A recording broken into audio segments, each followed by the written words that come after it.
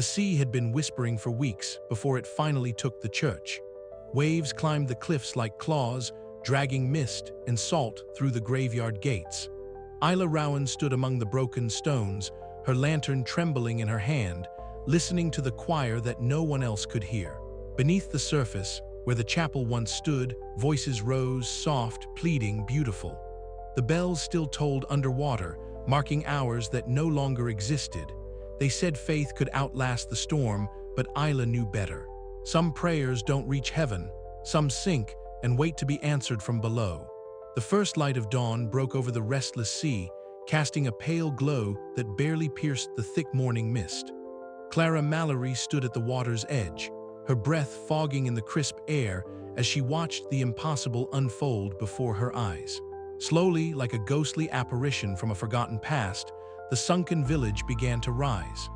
Jagged rooftops pierced the mist, skeletal wooden beams creaked as they emerged from beneath the waves, and the once submerged earth broke the surface with a reluctant sigh.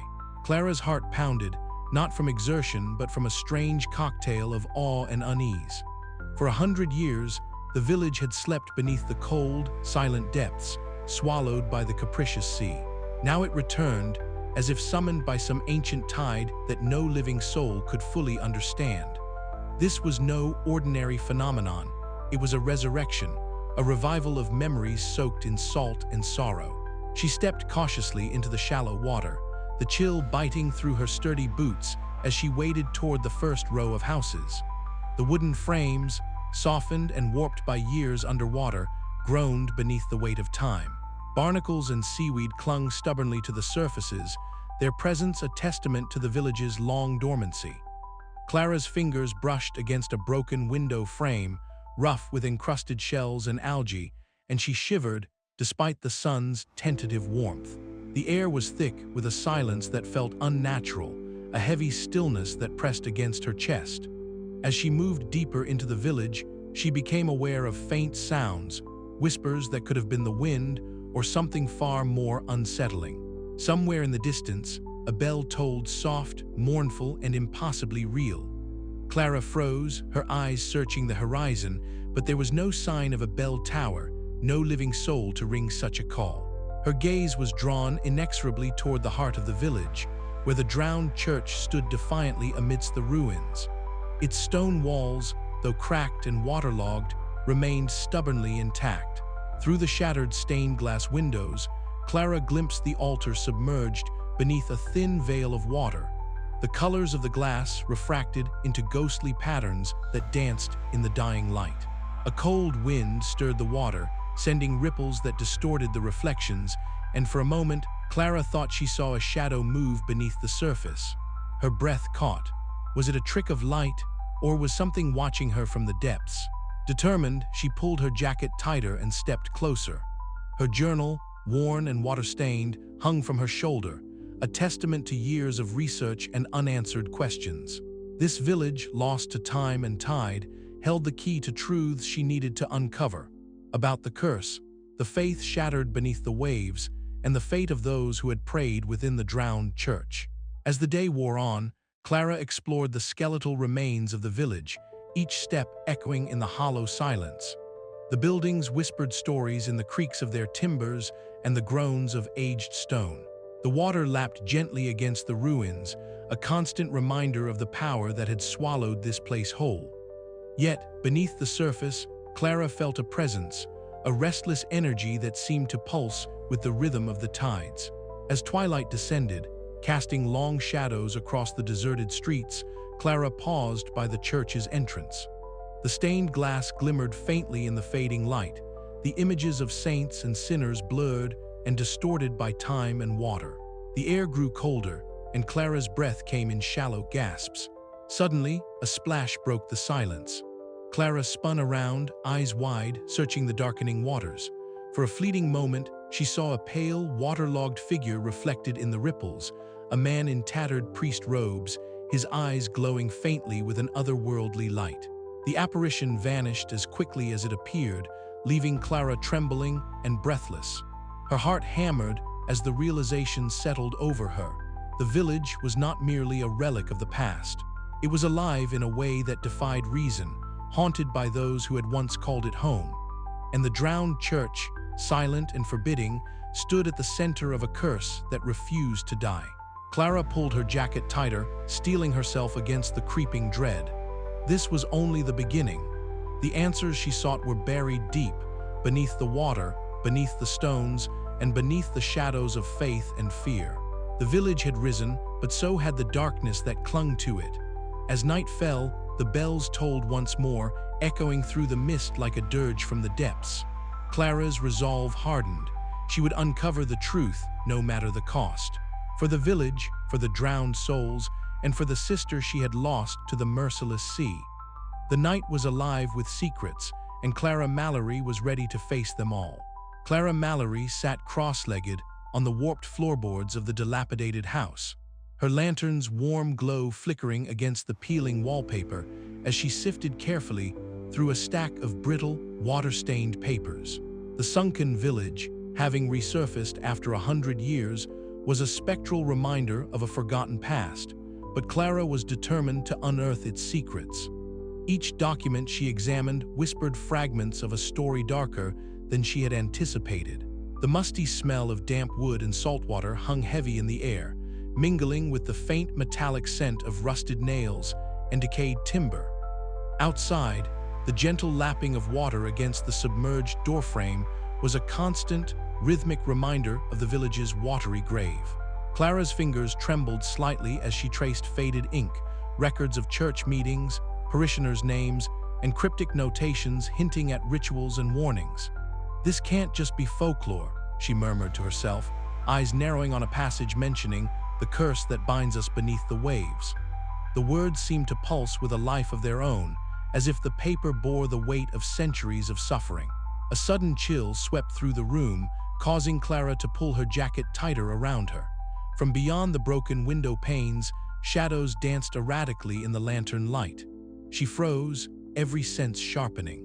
A low murmur drifted faintly through the air, a chorus of whispered voices, barely audible over the lapping water. The hairs on the back of her neck prickled in response. "Who's there?" she called softly, the sound swallowed by the oppressive silence. No answer came, only the persistent susurrus of the water. Clara shook her head, trying to dispel the creeping dread. "It's just your imagination," she told herself, though the uneasy feeling lingered. Determined to gain perspective, Clara made her way toward the village docks the next morning, the wooden planks slick with moss and salt. There, she encountered Elia's Harrow, the local fisherman whose weather-beaten face and sturdy frame spoke of a lifetime spent battling the sea. Elias eyed her with a mixture of suspicion and reluctant recognition. "You shouldn't be pawkin' around here," he said gruffly, voice rough as the sea itself. "This place ain't meant for the living." Clara met his gaze steadily. "I need to understand what happened here, Elias. The curse, the church, there's something beyond the surface." He sighed, running a hand through his tangled gray hair. "The things buried here, they ain't meant to be disturbed. The village was cursed long ago. Folks tried to keep it secret, but the water took 'em all. And now, every time the village rises, the dead walk again." His words sent a shiver down Clara's spine. "The dead? You mean the spirits?" Elias nodded grimly. "Aye, bound to the church, cursed to roam until the debt is paid." That night, Clara wandered the waterlogged streets alone, the moon casting a silvery sheen over puddles reflecting skeletal trees and ruined rooftops. Her footsteps were muffled by the damp earth, and the only sound was the occasional drip of water from broken eaves. As she passed the churchyard, a flicker of movement caught her eye. A pale, translucent figure glided silently among the crooked tombstones, its mournful gaze fixing on her with a sorrow that transcended time. Clara's breath caught in her throat, heart hammering in terror and awe. Then, as suddenly as it had appeared, the apparition dissolved into the thick mist. She stood rooted to the spot, a profound sadness washing over her. "What binds you here?" she whispered into the night. Returning to her temporary quarters, Clara pored over her notes, the fragments of history coalescing into a chilling narrative. The curse was no mere legend. It was a relentless force, entwined with the faith and fanaticism that had doomed the village. Yet beneath the dread, a stubborn ember of hope burned within her, a hope that understanding the past might yet break the curse. But as the night deepened, the whispers beneath the water grew louder, promising that the village's secrets would not be uncovered without a price. And Clara was ready to pay it. The echoes beneath the water were awakening. Clara Mallory stood at the edge of the resurfaced village, her boots sinking slightly into the soft, mud-streaked earth as she gazed out over the skeletal remains of weathered boats and broken piers. The salty breeze tugged at her dark hair, carrying with it the faint, mournful cries of gulls circling overhead. The village was a ghost of its former self, its sunken past now laid bare by the century-old waters retreating. Yet despite the eerie stillness, Clara could feel the restless breath of history whispering through the air, beckoning her deeper into the secrets long submerged. As she took in the scene, a figure approached from the shadow of a derelict boathouse. Weather-beaten and sturdy, the middle-aged man moved with the cautious confidence of someone who had spent decades at sea, his face etched with lines carved by wind and salt. Elias Harrow, the local fisherman she had heard about from old records and scattered rumors, stopped a few paces away, eyeing her with a mixture of wariness and reluctant acceptance. "You're the historian, aren't you?" Elias' voice was gravelly but steady. "Clara Mallory," she nodded, holding out a hand. "That's me. I came to learn the truth about this village, the church, and the curse that's haunted it." Elias hesitated before shaking her hand. "Truth's a dangerous thing around here. The village's past isn't just stories for the fire, it's blood and water and broken promises." Clara felt a chill despite the cool breeze. "I understand, but that's why I'm here. To uncover it, no matter the cost." Elias studied her for a long moment, then gestured toward the village's heart. "Come, I'll tell you what I know, but heed my warning. Some secrets aren't meant for the living." They walked together along the cracked stone path, stepping carefully over fragments of wood and glass that jutted from the earth like the bones of a long-dead beast. The village was a labyrinth of memories, each structure a relic of a life interrupted by the unforgiving floodwaters. Reaching a small, dimly lit tavern, Elias pushed open the door, and the scent of damp wood and stale ale greeted them. A single candle flickered on a rough-hewn table, casting long shadows that danced across the peeling wallpaper. Clara settled opposite Elias, her notebook ready. "The village wasn't always swallowed by the sea," Elias began, his voice dropping to a whisper. "Long ago, these people were devout, faithful beyond measure, but desperation drove them to dark corners, to bargains they shouldn't have made." He paused, eyes clouded with memory. "A pact with forces beyond understanding to save their lives when the waters rose. But that pact came at a terrible price." Clara leaned forward, heart pounding. "What kind of price?" Elias' gaze flicked towards the window, where the last light of dusk bled into the sky. "A curse, one that binds their souls to the drowned church, condemning them to rise again when the village resurfaces.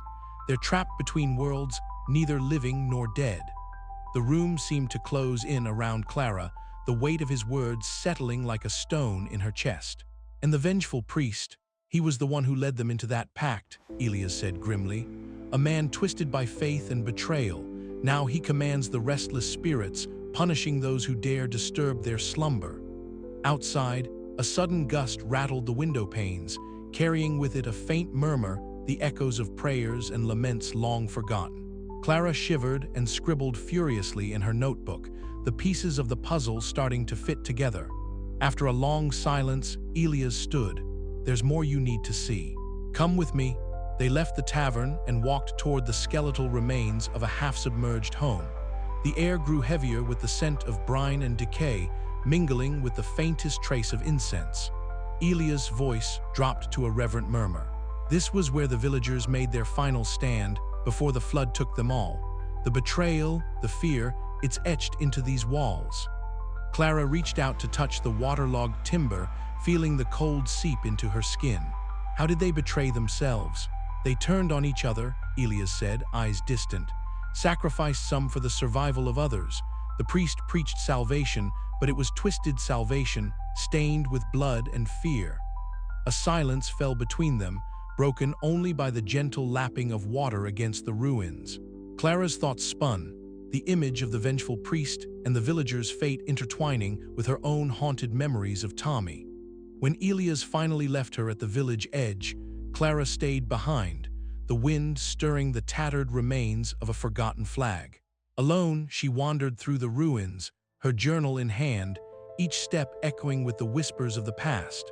The sun dipped below the horizon, and shadows stretched long and thin across the broken streets. Clara's heart beat faster, not just from the chill, but from the growing certainty that the curse was not just a tale, but a living nightmare awaiting her next move. As she paused beside the shattered steps of the church, a faint voice seemed to rise from the depths, a prayer, a warning, a plea. Clara closed her eyes, the weight of history pressing down, and resolved to face whatever darkness awaited her. For the truth, for Tommy, for the souls trapped beneath the waves, and somewhere deep within the drowned village, unseen eyes watched her, waiting.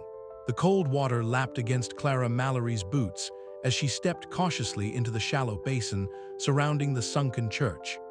The air was thick with the salty tang of the sea, mingled with the faint, musty scent of old wood and damp stone. She pulled her jacket tighter around her, the fabric clinging heavily now that it was soaked, but her eyes remained fixed on the dark silhouette of the church's remains rising from the water like a ghostly monument. For 100 years, this village had slept beneath the waves, forgotten and hidden, its stories buried with it. But now, as the ocean relinquished its hold, the village surfaced once more, skeletal and silent, save for the soft lapping of the tide and the occasional cry of distant gulls. Clara's heart thudded with a blend of excitement and apprehension. This was more than history. It was a living, breathing enigma waiting to be unraveled. Beside her, Elias Harrow adjusted the brim of his weather-beaten hat, his gaze scanning the ruined structures. "Don't get too close," he warned, voice rough like gravel. "This place, it's not just old bones and broken timbers. It's got eyes, and it don't like strangers poking around." Clara offered a faint smile but remained focused. "I have to see the altar, Elias. If there's any clue to the curse, it'll be there." He grunted but didn't argue further. Together, they waded through the shallow waters, the cold biting through their layers as they neared the church's foundation. The water was murky, stirred up by their movements, but through the haze, Clara could make out the jagged edges of stone walls and fallen beams. Then there it was, the altar. Miraculously intact, it stood submerged beneath only a few feet of water, its surface coated with algae and silt, but unmistakably whole. Clara knelt at the edge, dipping her gloved hands into the chilly water, brushing away debris with careful strokes. The altar was carved from dark stone, its edges softened by time, but the intricate patterns, faint crosses, entwined vines, and cryptic symbols were still visible. "This is incredible," Clara whispered, heart pounding. "It's like it's been waiting for someone to find it." Elias shifted uneasily. "Waiting or warning, you mean? There's things better left alone in this world, Clara. Those carvings, they're not just decorations. They're bindings." She looked up from the altar, meeting his eyes. "Bindings for what?" He hesitated, then spoke in a low, urgent tone. "For the curse that drowned this village. For the sins the priest thought he could wash away with blood and water." The weight of his words settled over her, mingling with the cold that seeped into her bones. Clara's fingers traced the faded inscriptions, trying to decipher their meaning. Each symbol seemed to pulse faintly beneath her touch, like a heartbeat echoing through stone and water. A sudden chill swept over the clearing, raising goosebumps along her arms. She glanced up to see the sky shifting, the sun dipping lower, casting long shadows that flickered across the water's surface. The altar began to glow, a subtle, eerie light shimmering beneath the waves, as if the past itself was stirring awake. "Clara," Elias warned, voice tight with unease. "We shouldn't stay here after dark. This place, it feeds on the restless." But Clara was already captivated, caught between awe and an unshakable sense of dread. The altar was no mere relic. It was a threshold, a reminder that the village's dark history was not simply buried beneath the waves, but waiting to be confronted. As the last light slipped below the horizon, Clara felt the first whisper of something ancient brush against her mind, a prayer half remembered, a lament carried on the wind. The village was waking, and with it the curse. She rose slowly, her eyes never leaving the glowing altar. "I need to know more," she said softly. "Whatever it takes." Elias nodded grimly. "Then we're both in deeper than we thought." Together, they turned away from the altar, the shadows stretching long and dark behind them, the water around the church rippling as though stirred by unseen hands. The night was closing in, and with it, the haunting presence of the drowned church grew stronger. Clara's journal entry later that night would capture the moment.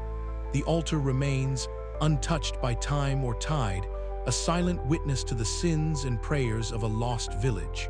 Its carvings speak in symbols I cannot yet fully understand, but their message is clear. This place holds power, ancient and dangerous. The water that once claimed the village now cradles its secrets, but I fear those secrets are restless, waiting to rise again.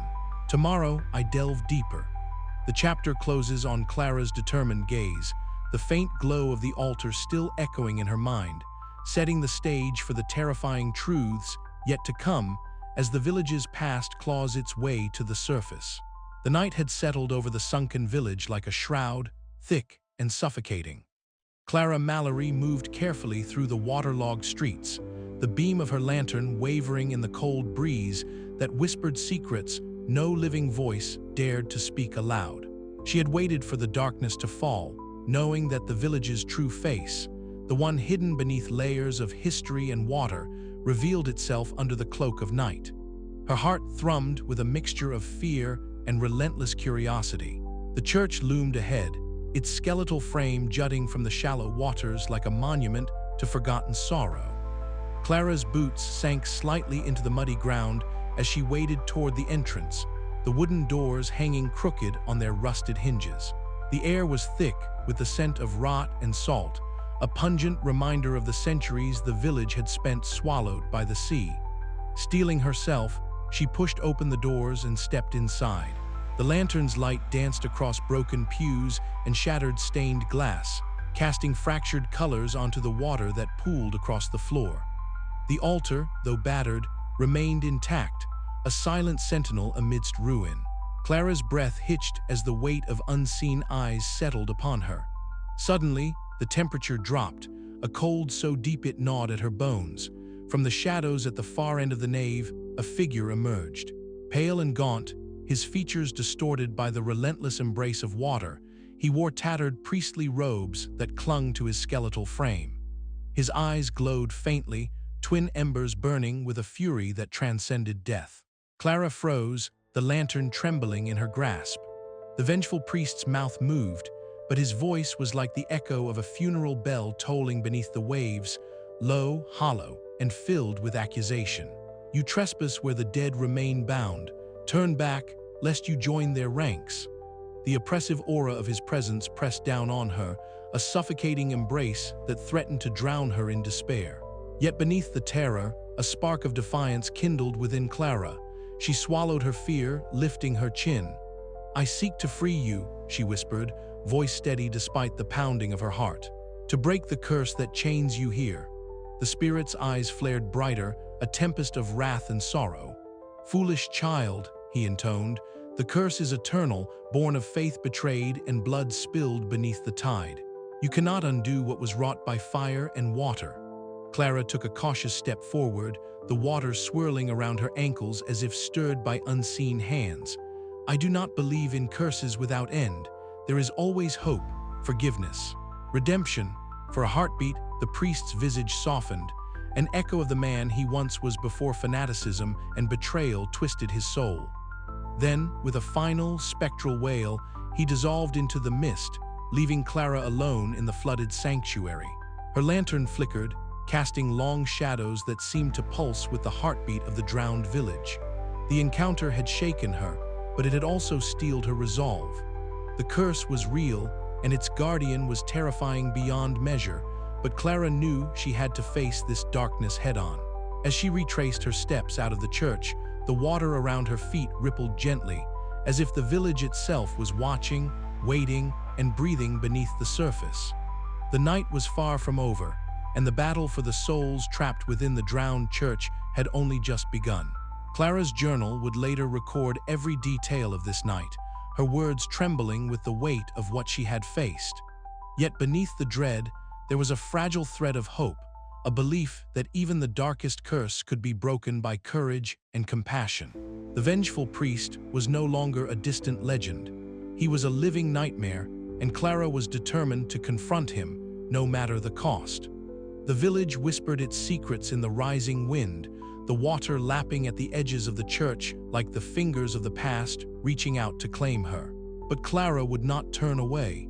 The curse demanded an answer, and she was ready to find it. The night air hung thick with a damp chill as Clara Mallory crossed the threshold of the drowned church once more. The moon, a pale sentinel above the roiling clouds, cast fractured shards of light through the shattered stained glass, painting the cracked stone floor with spectral colors that flickered and danced like restless spirits. Inside, the silence was profound, broken only by the gentle lapping of water seeping through unseen cracks and the occasional creak of the old timbers struggling against the weight of years submerged. Clara's breath came in shallow puffs, her heartbeat thrumming a steady rhythm as she moved carefully, her boots sinking slightly into the muddy floor where the waters had recently receded. She carried her journal close, the pages dog-eared and ink-stained from nights spent recording every detail, every whispered legend and half-forgotten tale. The village had resurfaced, and with it, the church, its altar miraculously intact, its walls echoing with the prayerful murmurs of a forgotten time. But tonight something was different. There was a presence here, palpable and cold, pressing in on her like the dark waters that had once claimed this place.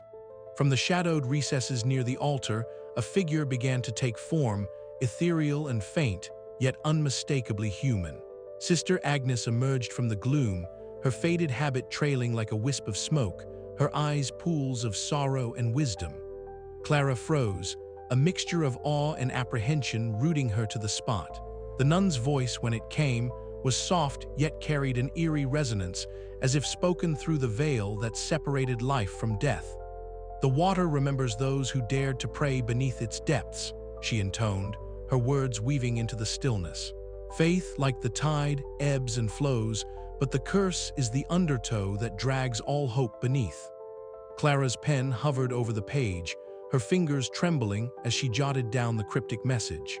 "What must be done to still the waters?" she asked aloud, her voice a hushed plea. Sister Agnes's gaze seemed to pierce through the gloom, her expression unreadable. "Forgiveness is the key, yet sacrifice must open the door. The drowned do not rest until the sin is washed away, but beware the depths, for they hunger still." The apparition began to fade, dissolving into the mist that gathered like smoke around the altar. A faint scent of damp earth and extinguished candles lingered in the air as the church fell back into silence. Outside, the wind stirred, carrying with it the distant tolling of bells that seemed muffled beneath the waves. Clara stood rooted beneath the shivering stars, the nun's riddles turning over in her mind like stones caught in a restless tide. Her resolve, once tentative, now burned with a fierce determination. The curse was no longer an abstract terror, but a puzzle to be solved, a darkness to confront.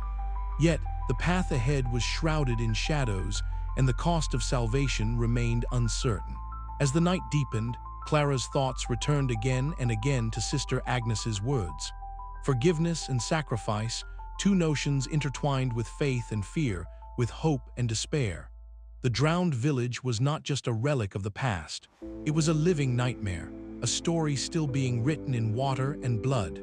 She closed her journal, the weight of the night pressing upon her shoulders like the relentless tide. Somewhere beneath the waves, the village waited, its secrets locked in watery silence. But Clara Mallory would not turn away. She would seek the truth, no matter the cost, guided now by the riddles whispered from the habit of a ghostly nun. The night held its breath, and the waters whispered of things yet to come. The sunken church loomed ahead, its silhouette etched against the moonlit sky like a ghostly sentinel. Clara's footsteps echoed softly on the cracked stone path as she approached, her breath visible in the chill night air. Inside, The air was thick with the scent of mildew and salt, shadows pooling in the corners where light dared not tread. Suddenly, a chill swept through the nave, and from the gloom appeared Sister Agnes. Her presence was at once calming and unsettling, as though she belonged to another plane altogether. Clara's heart beat faster, a cocktail of fear and fascination gripping her. The nun's voice broke the silence again, her riddles weaving through the darkness. Beneath the flood, the altar waits, where faith was sealed by desperate fates. To break the chain, a soul must pay, a price in tears to light the way. Clara listened intently, the meaning unfolding in her mind like a labyrinth. The curse was a chain, forged by the villagers' sins, maintained by the vengeful priest's wrath. To break it, sacrifice was necessary, but whose? As Sister Agnes's figure began to dissolve, Clara called out, "How do I find the one to pay this price?" Only silence answered, the shadows closing in once more. Outside, the wind picked up, carrying the faint tolling of bells from the church tower, now submerged once again beneath the restless waters. Clara shivered, the weight of the nun's words settling deep within her soul. She knew the path ahead was fraught with peril, but armed with this new knowledge, she felt a cautious hope stir, a fragile light flickering against the encroaching darkness. The curse was far from broken, but for the first time, Clara saw a glimmer of salvation. And with that, she stepped back into the night, the drowned village's secrets calling her onward. The chill of the evening air bit through Clara's jacket as she followed Elias down a narrow path that skirted the edge of the sunken village. The skeletal remains of wooden houses jutted from the earth like broken teeth, their once vibrant colors faded to ghostly grays and blues under the moonlight.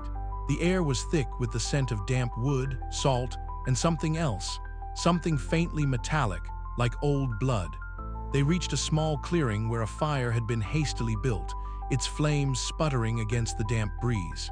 Elias knelt down, throwing a branch onto the fire, and the flames leapt higher, casting flickering shadows across his weather-beaten face. Clara settled herself on a fallen log, pulling her journal from her backpack and flipping it open, ready to capture whatever truths Elias was willing to reveal tonight. "You want to know what happened here?" Elias began, his voice low and rough like gravel, "but it's not a tale for the faint of heart. The village didn't drown by accident. It was a choice, a terrible choice made in desperation." Clara leaned forward, the ember light catching in her dark eyes. "A choice?" Elias nodded solemnly, eyes fixed on the glowing fire. "The crops failed. Year after year, the fields turned to dust. The river that fed us dried up, and the fish were gone. Hunger clawed at every belly. The village elders, fearing the end, sought a way out. They turned to the old ways, to rituals long buried beneath the church's stones." Clara's pen hovered above the page, her heart pounding as she absorbed the weight of his words. "What kind of rituals?" she asked, her voice barely above a whisper. "They made a pact," Elias said, voice dropping further, "with something not of this world. In exchange for salvation, they offered their souls, their faith, their very lives. The church became a gateway, a vessel for the curse that would bind us all." The fire crackled, sending sparks spiraling into the night sky as Clara shivered, unsure whether from the cold or the oppressive meaning behind the story. "And the vengeful priest," Clara pressed, recalling the spectral figure she had glimpsed in the ruins. "He was the one who led them," Elias said, his jaw tightening. "Once a man of God, twisted by power and fear. He became the curse's anchor, a sentinel ensuring the pact's price was paid."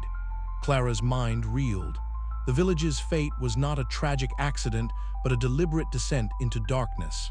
She glanced toward the ruined church, its steeple barely visible against the starless sky, a monument to broken faith and shattered hope. The next day, Clara explored one of the ruined homes, the floorboards slick with moss and algae. Sunlight filtered weakly through a shattered window, illuminating ancient etchings carved into the walls.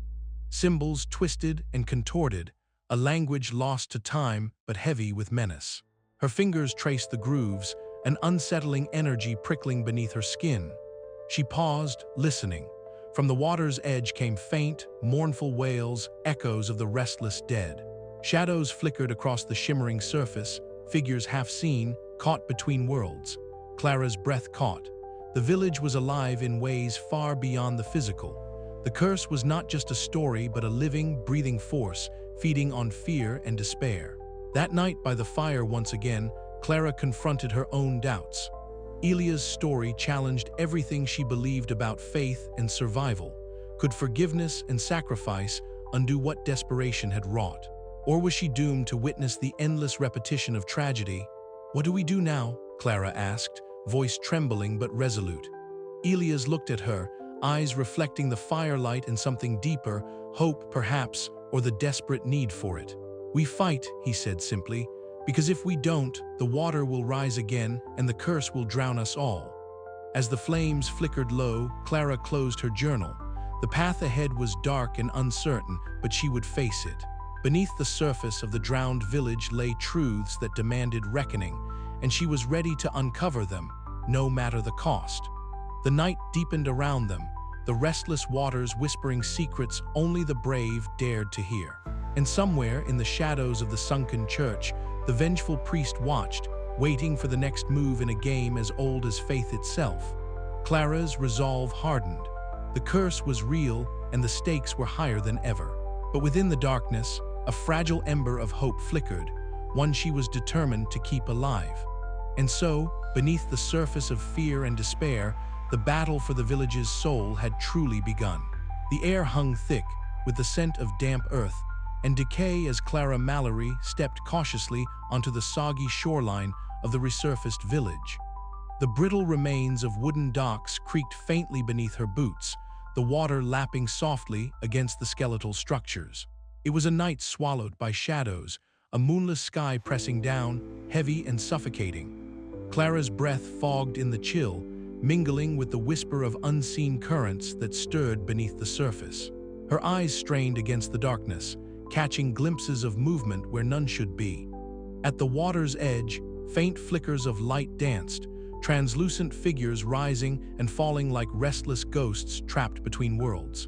Their forms shimmered, wavering in and out of focus, pale faces etched with sorrow and longing. A low, mournful wail drifted over the waves, a sound that set Clara's heart pounding with a mixture of fear and fascination. Clara took a tentative step closer, clutching her journal tightly in one hand, the other reaching instinctively for the small crucifix she wore around her neck. The apparitions seemed drawn to the light her torch cast, their hollow eyes reflecting its glow. She whispered to herself, voice barely audible, "They're here, but why now?" From the shadows behind her, the creak of old timber echoed, a subtle reminder that the village was not entirely abandoned. Clara's gaze darted toward the skeletal remains of a house, its frame warped and broken by decades beneath the waves. A flicker of movement caught her eye, a shadow slipping silently through the ruins, vanishing before she could focus. Her pulse quickened. "Not alone," she murmured. The restless spirits were no longer confined to whispered rumors or fleeting glimpses. They were manifesting, their presence tangible and pressing. Clara's thoughts raced back to the stories Elia's hero had shared, the secret pact, the betrayal, the curse born from desperation and fanaticism. Could these specters be the echoes of a terrible past clawing back into the present? As the night deepened, Clara found herself drawn to the heart of the village, the drowned church. Its spire, once proud and defiant, now stood fractured and half-submerged, a monument to faith drowned beneath the relentless tides. Approaching the churchyard, the temperature seemed to drop. A sudden stillness settled, broken only by the distant murmur of water against stone. Then, as if summoned by her presence, a figure materialized beside her, Sister Agnes. Ethereal and serene, the ghostly nun's faded habit fluttered in an unseen breeze. Her eyes held a depth of sorrow that pierced Clara's soul. "Beware," Sister Agnes whispered, voice like the rustle of dry leaves. "The waters remember. The curse awakens with the tide." Clara swallowed hard, the weight of the warning settling over her like a shroud. "How do I stop it?" she asked, voice trembling. The nun merely smiled sadly, fading as silently as she had come, leaving Clara alone with the gathering darkness and rising fear. Retreating to a sheltered corner within the church's crumbling walls, Clara lit a candle and opened her journal. Her pen moved frantically across the pages, capturing every detail: the apparitions, the whispers in the night, the chilling encounter with Sister Agnes. The candlelight flickered, casting dancing shadows that seemed to pulse with a life of their own. Outside, the oppressive silence shattered. From the depths of the waterlogged sanctuary, ghostly chants began to rise, a haunting litany that seeped into Clara's bones. Her grip on the pen tightened, fingers trembling as she wrote, "The dead are restless. The curse is no longer hidden beneath the waves." Her thoughts spiraled into a tempest of dread and determination. Each new manifestation was a warning, a herald of the darkness to come. The boundary between the living and the dead was dissolving, and Clara knew she was standing at the edge of a nightmare that threatened to consume her. But beneath the fear, a stubborn ember of hope burned. To uncover the truth was to find a way to end the curse. To remember was to resist forgetting. Clara's journey was far from over. The shadows in the water whispered secrets she was determined to unravel, no matter the cost. With a final glance toward the restless surface, Clara closed her journal and steeled herself against the night. The spirits were watching, waiting, but so was she. And in the depths of the drowned village, the struggle between faith and terror was only beginning. The wind shifted, carrying with it the faint toll of a distant bell, half-drowned, yet defiant. Clara's breath caught. The curse was awakening, and with it, a reckoning long overdue. She stepped forward into the shadows, into the water's cold embrace, ready to confront the darkness that lurked beneath. The night was alive with whispers, and Clara was listening. The story was far from finished. Clara Mallory stepped into the mayor's office with a quiet but resolute pace, the polished wooden floorboards creaking softly under her boots. The room was a shrine to the town's self-image. Gleaming brass fixtures, heavy leather chairs, and walls lined with framed photographs capturing decades of civic pride. Yet beneath the veneer of order and tradition, Clara felt the undercurrent of unease that had settled in her chest since the village had resurfaced. Mayor Whitcomb sat behind his expansive mahogany desk, his stout frame clad in a dark suit that seemed almost too formal for the late afternoon hour. His graying hair was combed meticulously, and his eyes, sharp and calculating, lifted briefly to regard Clara as she closed the door behind her. "Ah, Miss Mallory," he said smoothly, a practiced smile touching his lips. "To what do I owe the pleasure?" Clara returned the smile with a firmness that betrayed none of the turmoil roiling inside. "Mayor Whitcomb, I need to speak with you about the village, the one that surfaced after a century underwater." The mayor leaned back in his chair, steepling his fingers. "Yes, I'm quite aware of the local excitement. A curious event, no doubt, but hardly cause for alarm." Clara's gaze sharpened. "It's more than curiosity. There's a darkness tied to that place, a curse that doomed the village long ago. I've seen things, heard things. The spirits of those who prayed in the drowned church have not found peace." A flicker of impatience crossed the mayor's face, quickly masked by his diplomatic smile. "Miss Mallory, with all due respect, these are old legends. Superstition, if you will. The town's reputation and its economy depend on us projecting stability, not feeding into ghost stories." Clara felt her frustration bubble just beneath the surface, but she kept her voice steady. "Ignoring the truth won't make the curse go away. The village is more than a tourist attraction, it's a warning. If we don't act, more lives could be at risk." Mayor Whitcomb's eyes narrowed slightly, the warmth draining from his tone. "I appreciate your passion, but my duty is to the people here and now. We can't afford panic over old tales. The sooner this resurfaces and fades, the better for all of us." The room seemed to close in on Clara, the weight of political apathy pressing down hard. She took a breath, meeting the mayor's gaze squarely. "With all due respect, Mayor, turning away from the past hasn't helped anyone. I intend to uncover the truth, whether it's convenient or not." For a moment, the mayor said nothing. Then with a dismissive wave, he stood, signaling the meeting's end. "I'm sorry you feel that way, Miss Mallory, but I must put the town's interests first. Good day." Clara nodded, swallowing the sting of defeat as she turned toward the door. The heavy oak closed behind her with a definitive thud, echoing like a verdict in the empty corridor. Outside, the city's muted bustle felt distant and unreal, as if she had left behind a world unwilling to face shadows lurking just beneath its surface. She paused for a moment, gathering herself. The mayor's denial was a barrier, but not an end. There were others who might listen, Elia's harrow, perhaps, or even Sister Agnes's cryptic guidance. The village's secrets were buried deep, but Clara's resolve was deeper still. As she stepped into the fading light of the late afternoon, the storm clouds gathering overhead mirrored the turmoil inside her. The path ahead was uncertain, fraught with danger and disbelief, but Clara knew she had no choice but to walk it. The drowned church waited, and so did the spirits bound to its curse. The battle for truth had only just begun, and somewhere beneath the waves, unseen currents stirred, promising that the past was far from done with the present. With a final glance at the darkening sky, Clara pulled her coat tighter and set off, ready to face whatever lay ahead.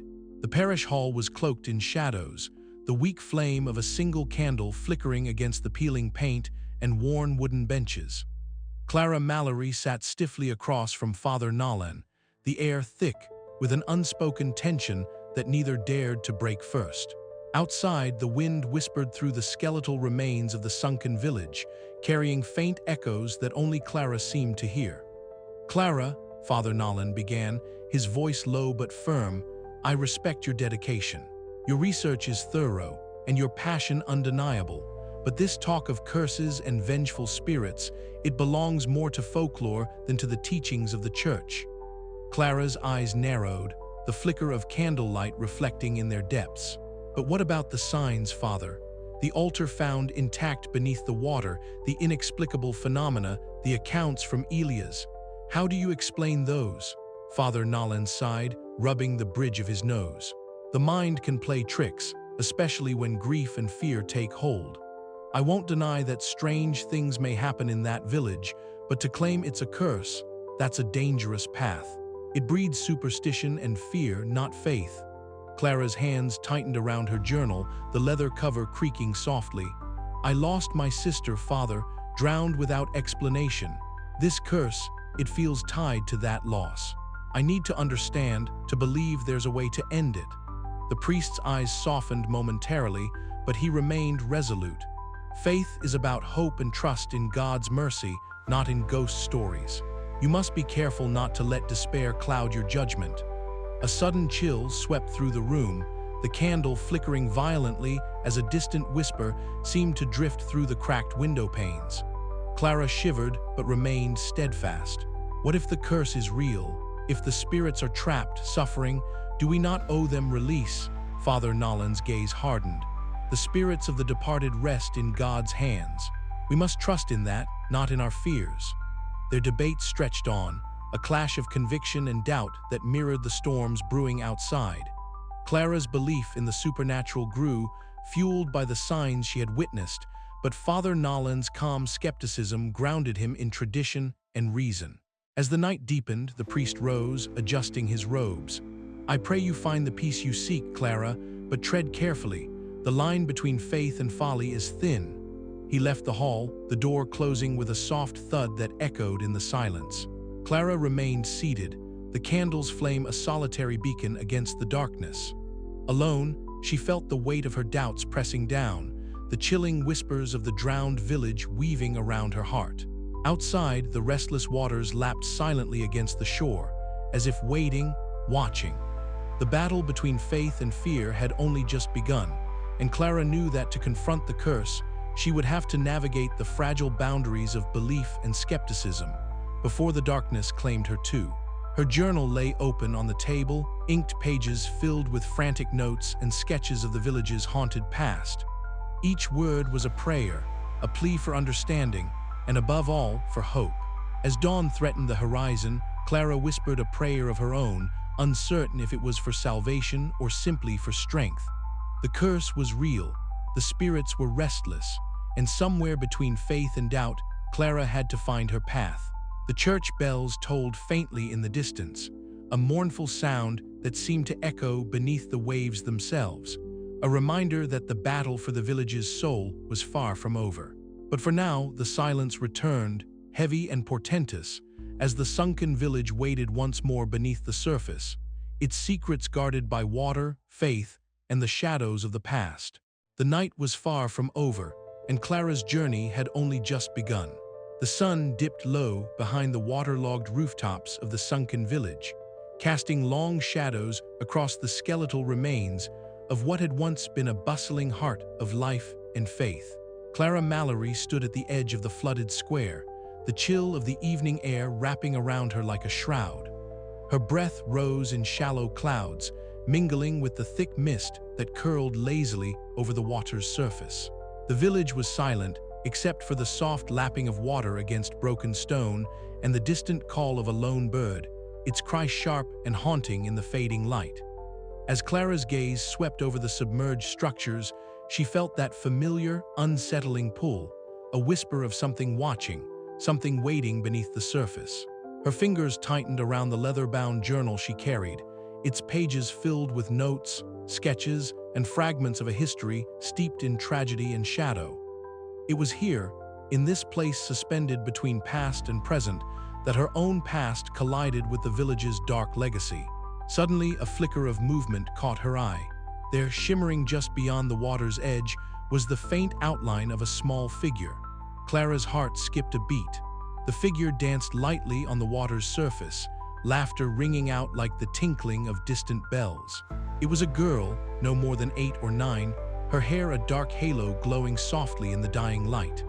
The apparition's eyes met Clara's, wide and filled with both innocence and sorrow, before the figure began to fade, dissolving into the mist as if swallowed by the very air itself.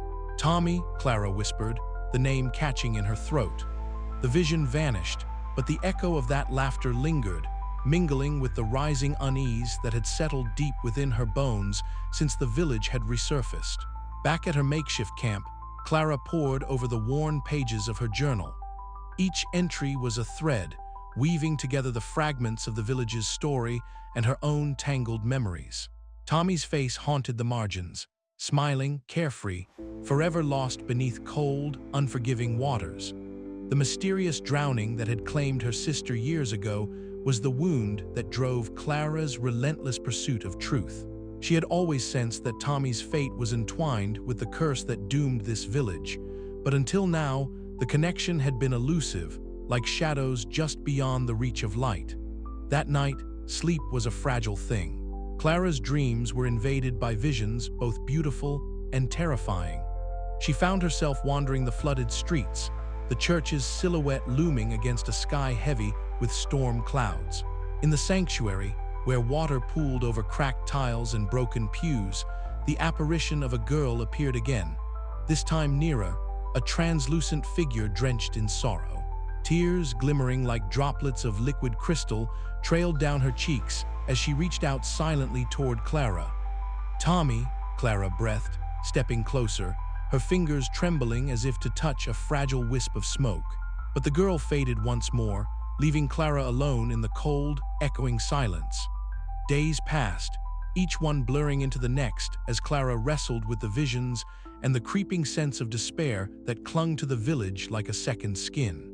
She sought out Elias Harrow, hoping that the grizzled fisherman might offer some clarity. Elias, with his weather-beaten face and wary eyes, listened gravely as Clara recounted her experiences. "Lost souls don't rest easy here," Elias said, his voice rough as the sea, "and neither do the living who carry their burdens." He spoke of the villagers' pact, the rituals that had bound them to the church, and the curse that had swallowed them whole. But it was Clara's own torment that Elias recognized most clearly, the unresolved grief that made her vulnerable to the spirit's restless reach. One evening, as a cold rain began to fall, Clara sat beside a small fire. The flames flickered and danced, casting shadows that seemed to twist and writhe like living things.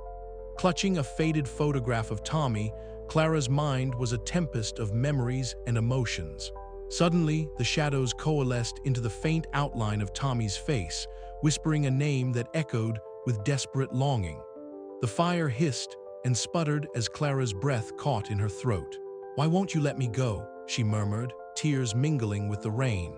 The vision vanished as quickly as it had come, but the question lingered in the damp night air. The next day, Clara ventured deeper into the village, drawn to the flooded church that had become the epicenter of the curse's power. As she crossed the threshold, the water rose around her ankles, cold and unyielding. Her flashlight beam swept across the altar, submerged but intact, and then caught a movement out of the corner of her eye. A flashback surged forward, sharp, vivid, and unrelenting. Clara was there, on the riverbank where Tommy had drowned. The water had been deceptively calm, masking the hidden currents that pulled her sister under. Clara's screams echoed in her mind, mingling with the silence that followed. The memory was a wound reopened, raw and bleeding. Shaking, Clara sank to her knees, the water swirling coldly around her. She reached out with trembling hands, as if to grasp the past and lay it to rest. But the curse was not so easily broken. A voice whispered in the darkness, soft, chilling, and filled with ancient sorrow. "You cannot save her yet." Clara's eyes snapped open. The church was silent once more, save for the drip of water from the cracked ceiling. Her heart pounded, but somewhere beneath the fear, a fragile ember of hope flickered. She knew now that breaking the curse would mean confronting not only the restless spirits of the drowned village, but also the shadows within her own soul. Tommy's death was not a tragedy apart from the village's fate. It was entwined with it, a key to salvation or destruction. With renewed determination, Clara rose from the water, the weight of grief and dread pressing upon her, but no longer crushing her spirit. The village's secrets whispered around her, a dark symphony of faith, fear, and the relentless pull of the water. The past was not dead. It was rising once more, and Clara was caught in its tide. As the night deepened, the village held its breath, waiting, watching. And somewhere beneath the waves, the curse stirred, its ancient hunger awakening with the promise of another cycle. Clara's journey was far from over.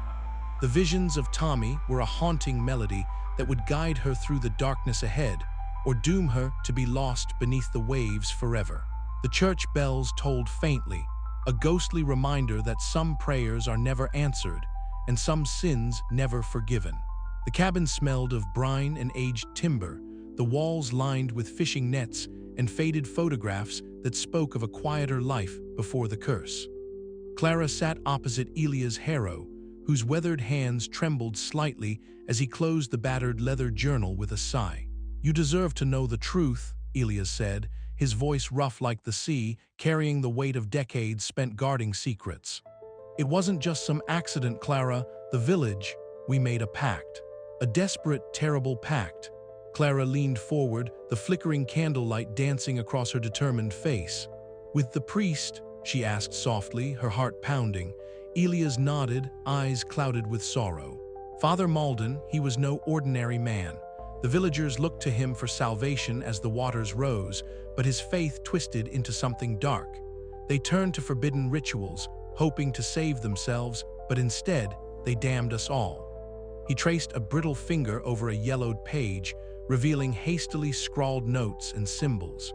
The curse wasn't born from the flood itself, but from the fanaticism that led to their drowning. The villagers, in their fear, sacrificed their own souls to bind the waters, to buy time, but it cost them dearly. Clara's mind raced. The altar they found submerged, the strange phenomena, each piece now fit into a terrifying mosaic. So the spirits we see, they're trapped by this pact, bound to the priest and the curse. Elias gave a grim nod. "Yes, and with each resurfacing, the curse reawakens, seeking to punish the living for the sins of the past." Outside, the mist thickened over the skeletal remains of the village, the water seeming to pulse like a heartbeat beneath the ruins. Clara shivered, not from the cold but from the crushing weight of the revelation. "We have to find a way to break it," she said resolutely, "or this cycle will never end." Elias looked at her, a flicker of hope igniting in his tired eyes. "Then we must act quickly. The spirits grow restless, and the priest's influence spreads." As Clara examined the relics Elias had gathered, fragments of incantations and faded prayers, she felt a shiver crawl down her spine. The past was no longer buried beneath the waves. It was clawing its way back to the surface, and their time was running out.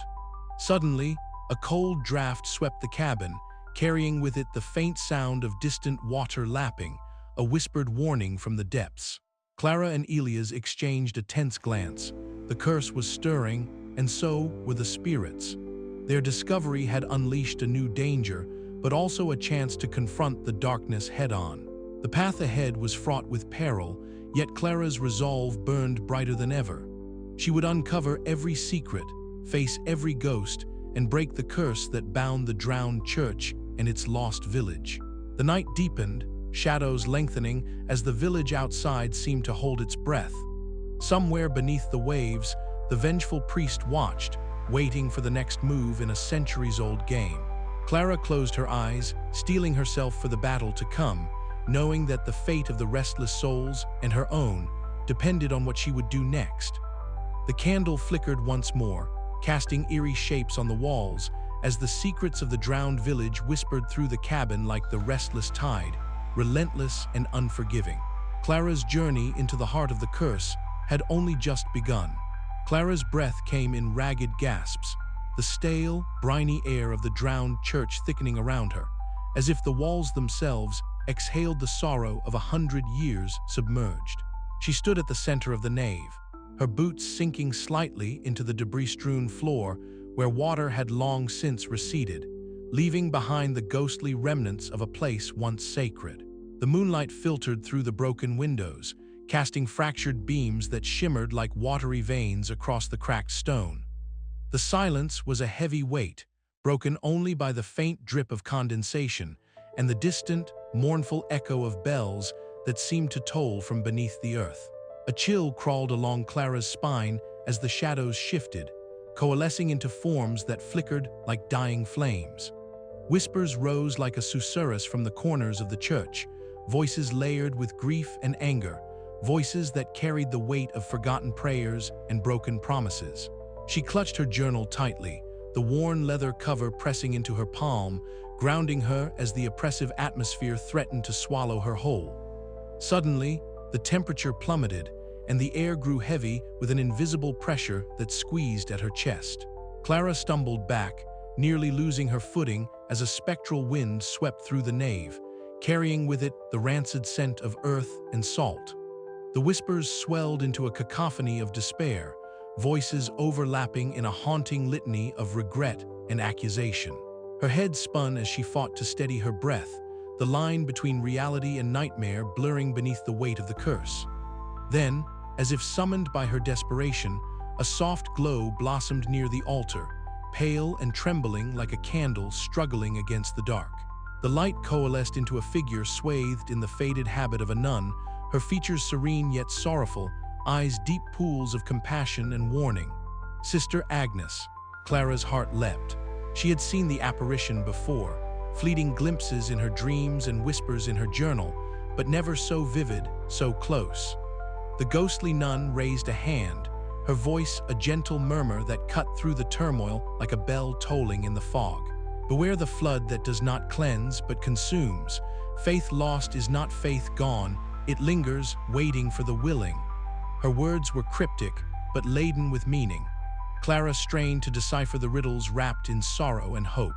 Before she could respond, the air convulsed violently as the vengeful priest's spirit surged forth from the shadows, a swirling tempest of water and wrath. His pale, waterlogged form lunged with a fury that chilled Clara's soul. The room seemed to flood with spectral waves, crashing against the fragile barrier between the living and the dead. Panic surged, and Clara felt herself being pulled beneath an invisible tide.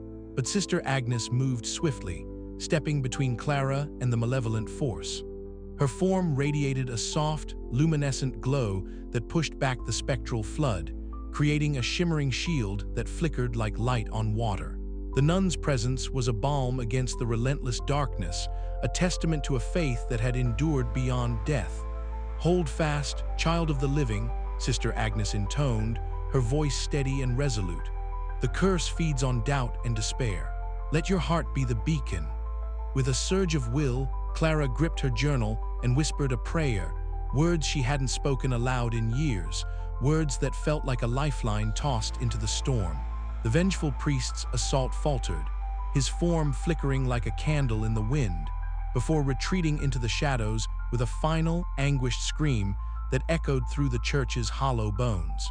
Silence fell once more, heavy but less oppressive. Clara sank to her knees, breath ragged but spirit rekindled. The church walls seemed to pulse with a quiet energy, as if acknowledging the fragile victory.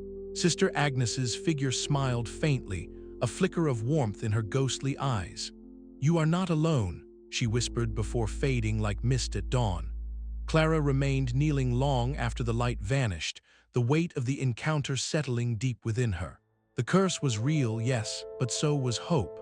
The faith that had once bound the village, twisted by betrayal and despair, still lingered in fragments, waiting to be reclaimed. She closed her journal, determination hardening like steel beneath her skin. The darkness was vast and unforgiving, but she had seen a glimpse of salvation, a reminder that even in the deepest depths, where water and faith entwined in a deadly dance, redemption was not beyond reach. As she rose, the distant tolling of the church bells echoed once more, faint and underwater, a haunting melody that promised both ending and beginning. Clara knew the road ahead would be perilous, that the vengeful priest would not relent, and that the spirits of the drowned village still whispered their secrets in the shadows. But now, armed with Sister Agnes's warning and the fragile light of faith, Clara was ready to face the darkness. The curse could be broken, but only if she dared to believe. And deep beneath the waves, the church waited, its secrets rippling like shadows beneath the surface, beckoning her onward. Her journey was far from over. The sun had barely begun its descent when Clara Mallory first noticed the water creeping beyond its usual boundaries. The sunken village had been quiet for hours, the eerie stillness punctuated only by the distant caws of gulls and the faint lap of waves against skeletal buildings. But now the water was rising faster than she expected, its cold fingers lapping greedily at the fractured stone steps leading up to the drowned church. Clara's breath hitched as the tide began to close around her ankles, the murky water swirling with debris from the long-submerged village. She glanced around, heart pounding. The sky was a bruised shade of purple and gray, the wind picking up and carrying with it a chill that seemed to seep through her clothes and settle deep into her bones. Clara pulled her jacket tighter, the fabric damp from earlier explorations, and took a cautious step forward. The water was cold, colder than it should have been for early autumn, and it sent a shiver racing up her spine. Somewhere beneath the surface, shadows moved, shifting and swirling like smoke underwater. "Not now," she whispered, trying to steady her voice. "I'm not ready for this." Her flashlight flickered as she reached the church doors, their ancient wood swollen and cracked from centuries underwater. Clara pushed them open, the hinges groaning in protest. Inside, the air was thick with the scent of damp stone and rot, mingled with something faintly metallic, old blood, perhaps, or rusted iron. Her footsteps echoed across the flooded floor as the water rose swiftly behind her, spilling into the sanctuary with a hiss. Clara's eyes adjusted to the dim light, and she shone her flashlight across the space. The altar was partially submerged, water flowing over its carved edges like a slow-moving river. Around her, the ghostly outlines of the drowned villagers shimmered beneath the water, faces pale and eyes hollow, their mouths opening in silent wails of despair. She swallowed hard, heart hammering in her chest. The spirits were restless tonight, their anguish palpable. A sudden chill swept through the room, and Clara's breath caught in her throat. From the darkest corner of the sanctuary, a pale figure emerged, tattered priest robes clinging to his waterlogged frame, eyes glowing faintly with a cold, otherworldly light. The vengeful priest. "You should not have come back," the spirit intoned, voice echoing like a whisper beneath the waves. "This place is cursed, bound by blood and faith twisted to ruin." Clara swallowed her fear, gripping her journal tightly. "I'm here to end the curse," she said, voice trembling but determined. "To free the souls trapped here." The priest's eyes flared, and the water responded, rising rapidly, swirling around Clara's legs and waist. She fought to keep her balance, the flood threatening to pull her under. The church walls seemed to close in, the ceiling dripping with water that fell like cold tears onto her face. Desperation clawed at her throat as she backed toward the altar, the spectral villagers' faces pressing closer beneath the surface. The priest raised a hand, and the water surged higher, almost to her chin. Clara's mind raced. She had to find a way out, a way to fight back before the water drowned her and the darkness consumed everything. Suddenly, a soft glow appeared beside her. Sister Agnes materialized, ethereal and serene, her faded habit billowing as if underwater. Her voice was calm, almost soothing. "The way lies beneath the altar. Follow me if you wish to live and to break the curse." Clara nodded, swallowing her fear. She dove beneath the rising water, reaching toward the submerged altar's base where a narrow passage revealed itself. The spirits wailed in protest, but Sister Agnes' presence steadied her resolve. With a final glance at the vengeful priest's furious glare, Clara slipped through the passage, the cold darkness enveloping her as the floodwaters rose ever higher above. The battle for the village's soul had begun in earnest, and Clara knew there was no turning back. The cold seeped into Clara's bones as she stepped cautiously into the church's flooded sanctuary. Each footfall disturbed the still water, sending ripples that danced beneath the fractured light filtered through cracked, stained glass windows. The once vibrant colors were now dulled and distorted, casting ghostly hues across the submerged stone floor. The air was thick and heavy, infused with the scent of damp wood, mold, and an undercurrent of something metallic, perhaps old blood or rusted iron. The silence was oppressive, broken only by faint, echoing whispers that seemed to rise from the very depths of the church itself. Clara's heart pounded in her chest, but she forced herself forward, clutching the ancient prayer book close to her chest. Her breath came in shallow gasps, each one visible in the cold air. She could feel the weight of the curse pressing down on her, a suffocating presence that turned the very water around her into a threatening force. Every instinct screamed for her to flee, but the determination that had brought her this far refused to waver. As she reached the altar, the temperature dropped further, and the water began to ripple unnaturally. Suddenly, from the shadows, the vengeful priest emerged. His figure was pale and waterlogged, his tattered priest robes clinging like seaweed to his spectral form. His eyes glowed faintly with a cold, otherworldly light, piercing through the gloom like twin beacons of wrath. His voice, when he spoke, was a rasping whisper that seemed to echo from the abyss itself. "You dare to challenge the fate of this village," he hissed, water swirling around him like a living cloak. "The curse is eternal. It binds us all, the lost, the damned."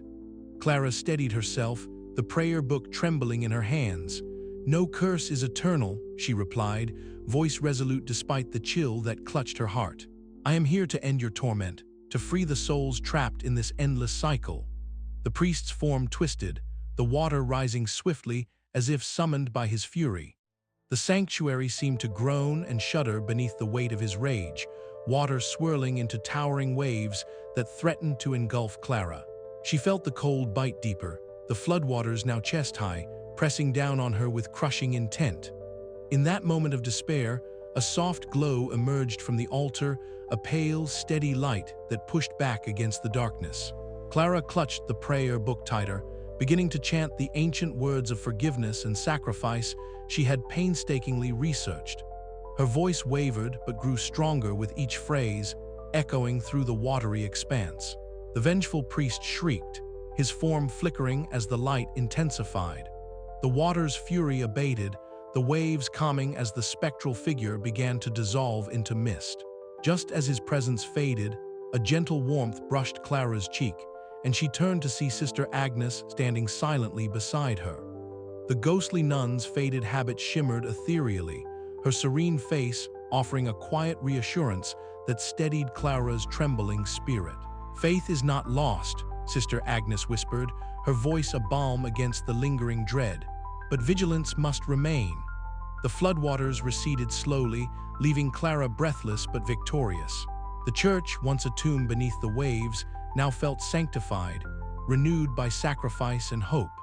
Yet, as Clara looked toward the dark waters beyond the stained glass, she knew the curse's shadow still lingered, a silent threat waiting beneath the surface.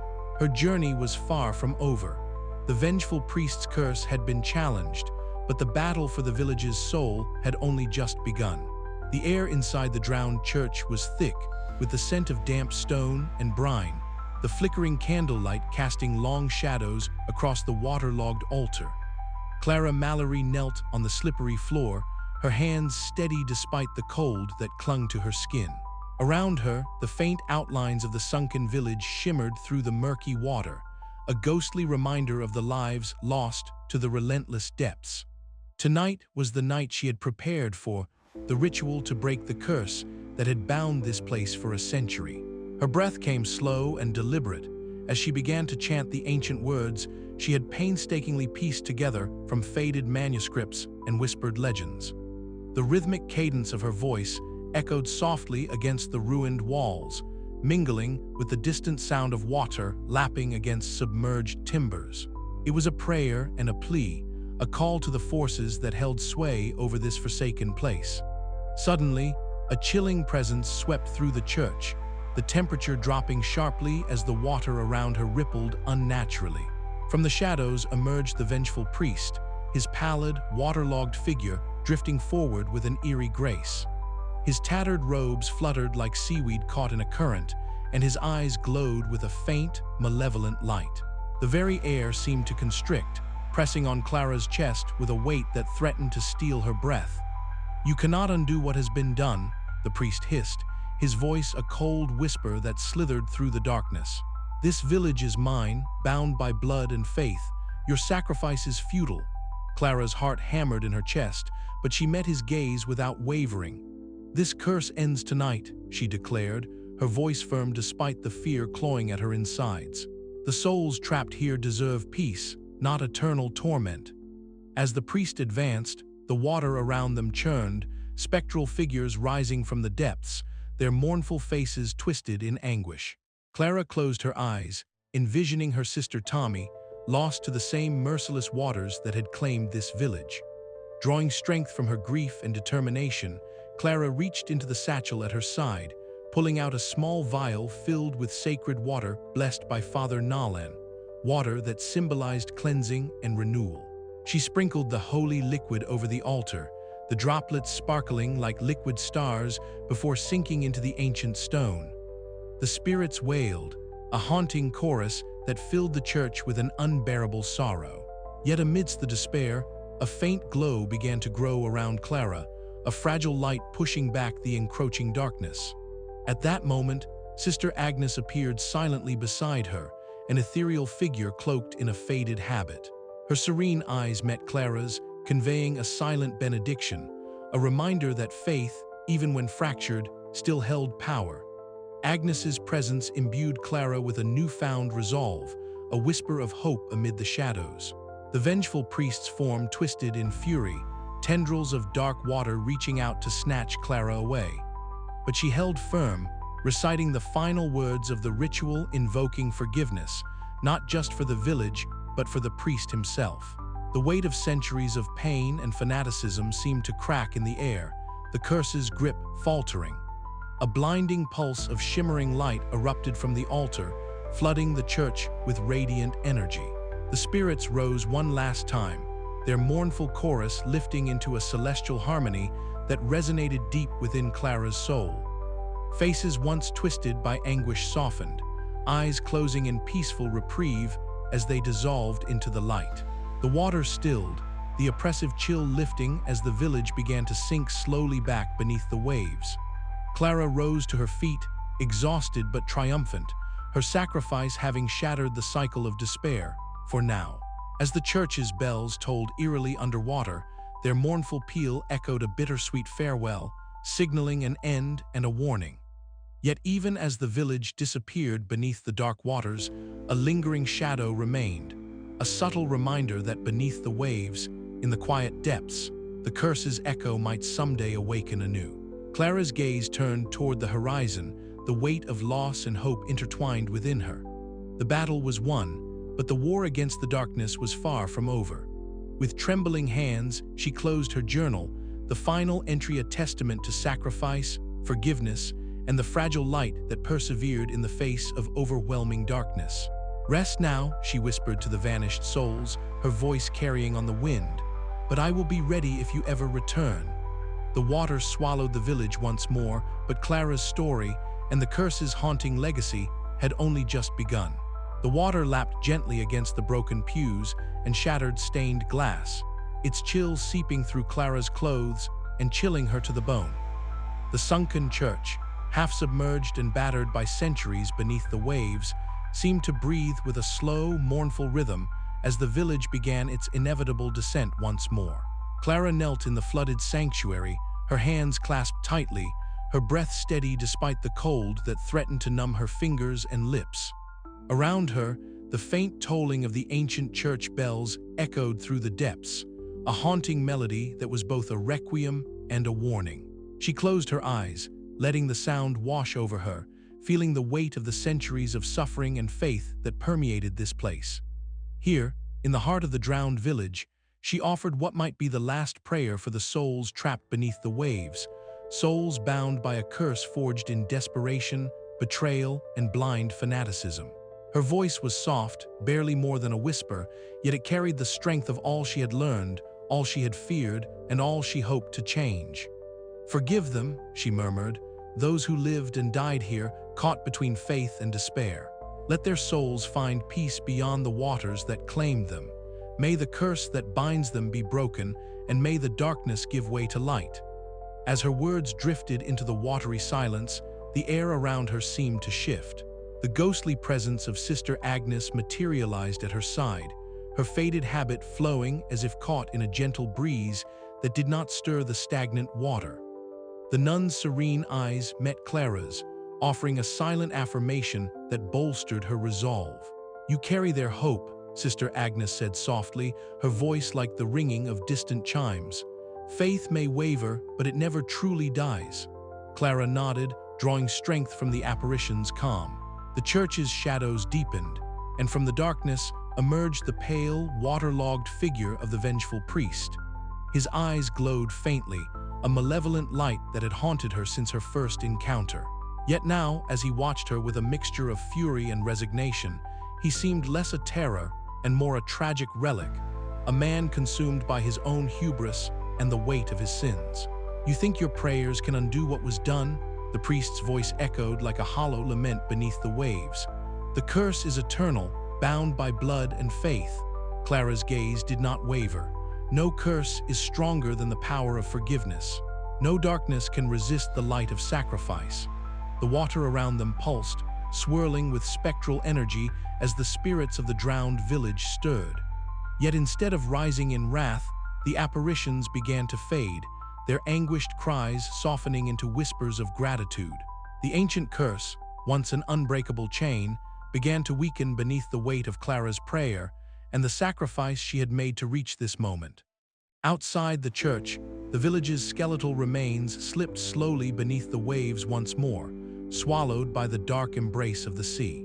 The bells told their final lament, ringing out a mournful farewell to the lost and a cautionary echo for the living. Clara remained kneeling, her heart heavy yet uplifted by the fragile hope she had kindled. Though the village sank, the spirits were free at last, and the cycle of despair had been broken, at least for now. But as the last echoes of the bells faded into silence, a faint ripple disturbed the surface of the water, a reminder that beneath the waves, the curse's shadow lingered still. Her voice cracked as she whispered, "Rest now, all of you. Your suffering is over." And with that, the church was swallowed by the sea, leaving behind only memories, prayers, and the haunting possibility that the darkness was never truly gone.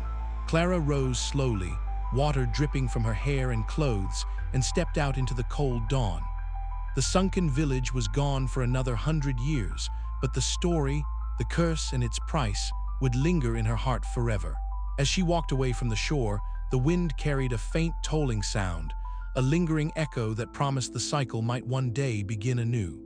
But for now, there was peace, fragile, hard-won, and drenched in the bittersweet light of redemption. Clara knew her journey was far from over. The curse was broken, but its story was not finished. And somewhere beneath the waves, In the depths where water and faith intertwined, the last prayer still echoed, waiting to be heard again. The early morning air was crisp and salty as Clara Mallory stood alone on the rocky shoreline, staring out over the restless sea. The sun was just beginning to rise, casting a pale golden light that shimmered on the waves. Beneath the surface, faint bells tolled, their eerie underwater chimes weaving through the rhythmic crash of the tide. It was a haunting symphony, one that seemed to carry the voices of the drowned village whispering from the depths. Clara wrapped her coat tighter around herself, the chill of the breeze mingling with the chill in her bones. The village had sunk once more beneath the waves, swallowed by the relentless embrace of the water, but the memories remained vivid in her mind. The faces of the spirits she had encountered, the vengeful priest, Sister Agnes, the restless villagers, still haunted her dreams and waking thoughts alike. Back in her modest study, the familiar scent of old paper and ink surrounded her as she settled at her desk. The worn leather journal lay open before her, its pages dense with frantic notes, sketches of the sunken church, and cryptic symbols. Her handwriting wavered in places, betraying the turmoil within. As she traced a delicate drawing of the altar submerged beneath the floodwaters, soft whispers seemed to drift through the silent room. Clara paused, heart pounding, but the shadows only flickered in the candlelight, the voices elusive and intangible. She closed the journal slowly, trying to steady her breath. The curse had been broken, or so she hoped. The spirits had found peace, their anguished cries finally stilled. Yet something unsettled her, a sense that the darkness beneath the waves had not fully relinquished its hold. The cycle had been interrupted, but not ended. That night, as Clara prepared for bed, a sudden chill swept through the room. The candle flame flickered violently before settling into a steady glow. In the half-light, a shadow coalesced near the window, ethereal and faint. Sister Agnes appeared, her faded habit barely moving in the still air, her serene yet cryptic gaze fixed on Clara.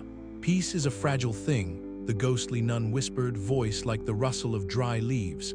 "The waters may hide the past, but the past waits patient, watching."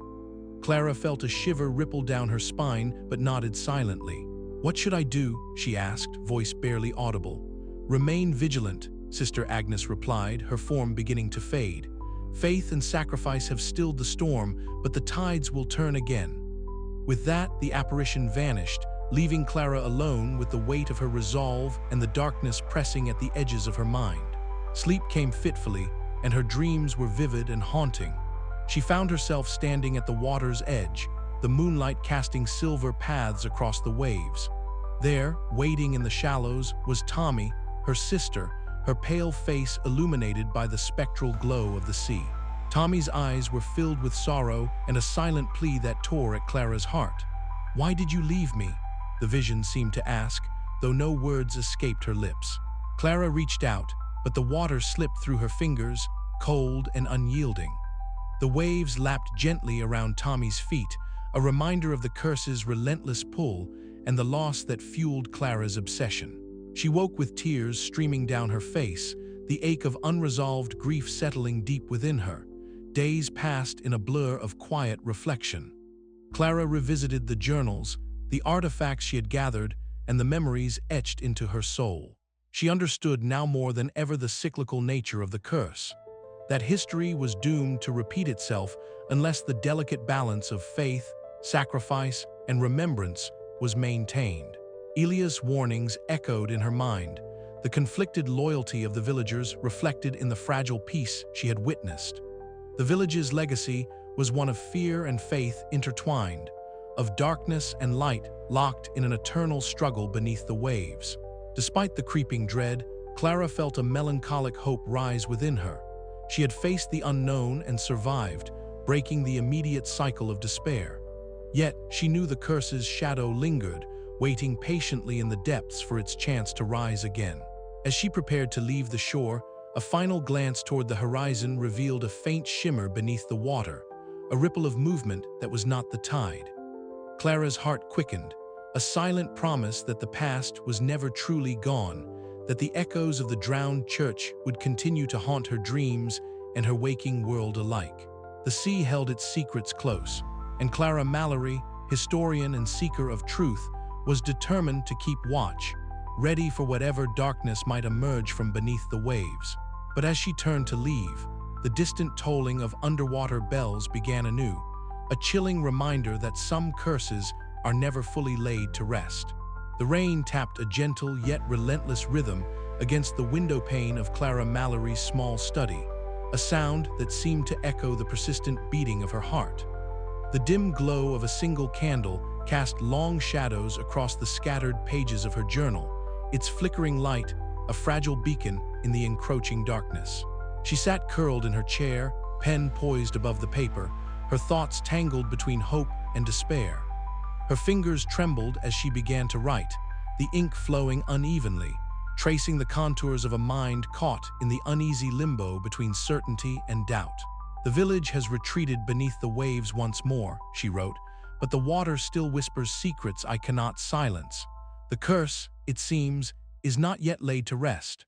Her gaze lifted to the window, where the rain blurred the world outside into a shifting tapestry of gray. The resurfacing of the sunken village was a fleeting phenomenon, a cruel gift that returned every 100 years like a phantom tide.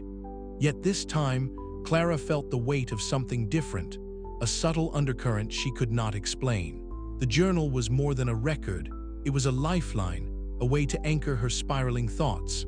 Each entry was a confession, a battle fought in the quiet hours when the world slept, but her mind remained restless. She wrote of the faint ripples she had noticed at the water's edge, undisturbed by wind or current, like whispers from the depths. She described the shadows that clung to the church's submerged spire, the lingering echoes of prayers long silenced. A sudden chill swept through the room, and Clara drew her shawl tighter around her shoulders. The flame of the candle flickered wildly, casting eerie shapes that danced on the walls. In the corner of her eye, she saw a movement, a figure shimmering into existence, ethereal and solemn. Sister Agnes, the ghostly nun who had appeared to her before, stood cloaked in her faded habit, eyes reflecting a sorrow that transcended death. "The currents run deeper than you know, Clara," the apparition whispered, her voice barely audible above the rain. "The waters carry more than memories, they bear the weight of what was never truly forgiven." Clara's heart thudded painfully in her chest, the room suddenly feeling colder, heavier. "How do I fight what I cannot see?" she asked, her voice trembling with the vulnerability she so often hid beneath layers of determination.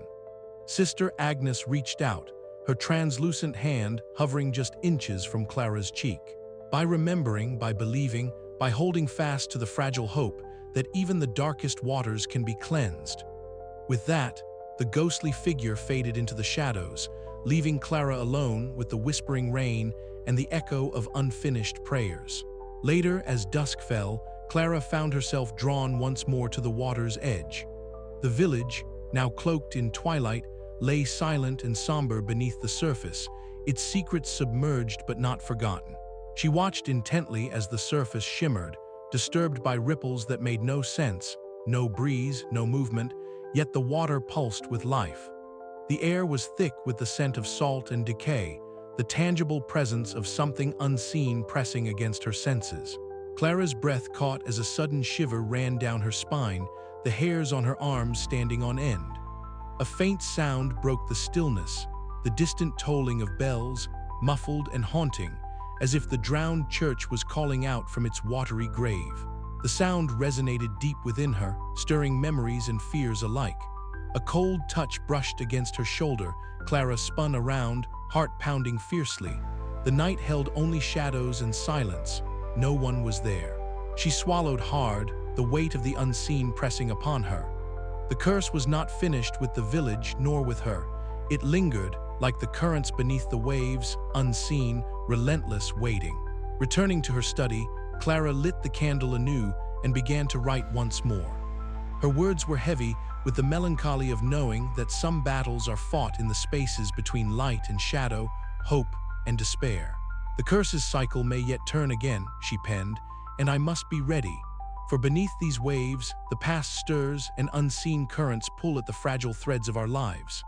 Outside, the rain continued its soft, unending song, a lullaby for the drowned, a warning for the living. And in the depths, the shadows waited, patient and eternal. The night stretched on, and Clara's journal grew thick with the weight of her thoughts, a testament to a struggle that was far from over. As the candle flickered low, she closed her eyes, steeling herself for the uncertain dawn.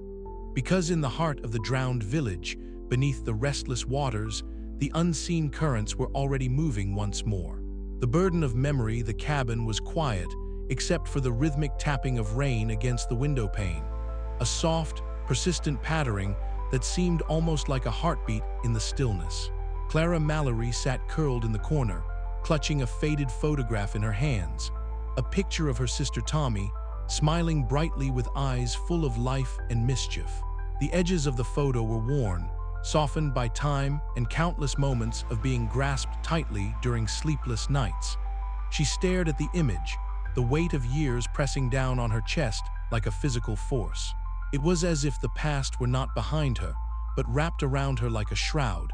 Every memory a thread weaving grief and guilt together into a tapestry she could neither unravel nor fully embrace.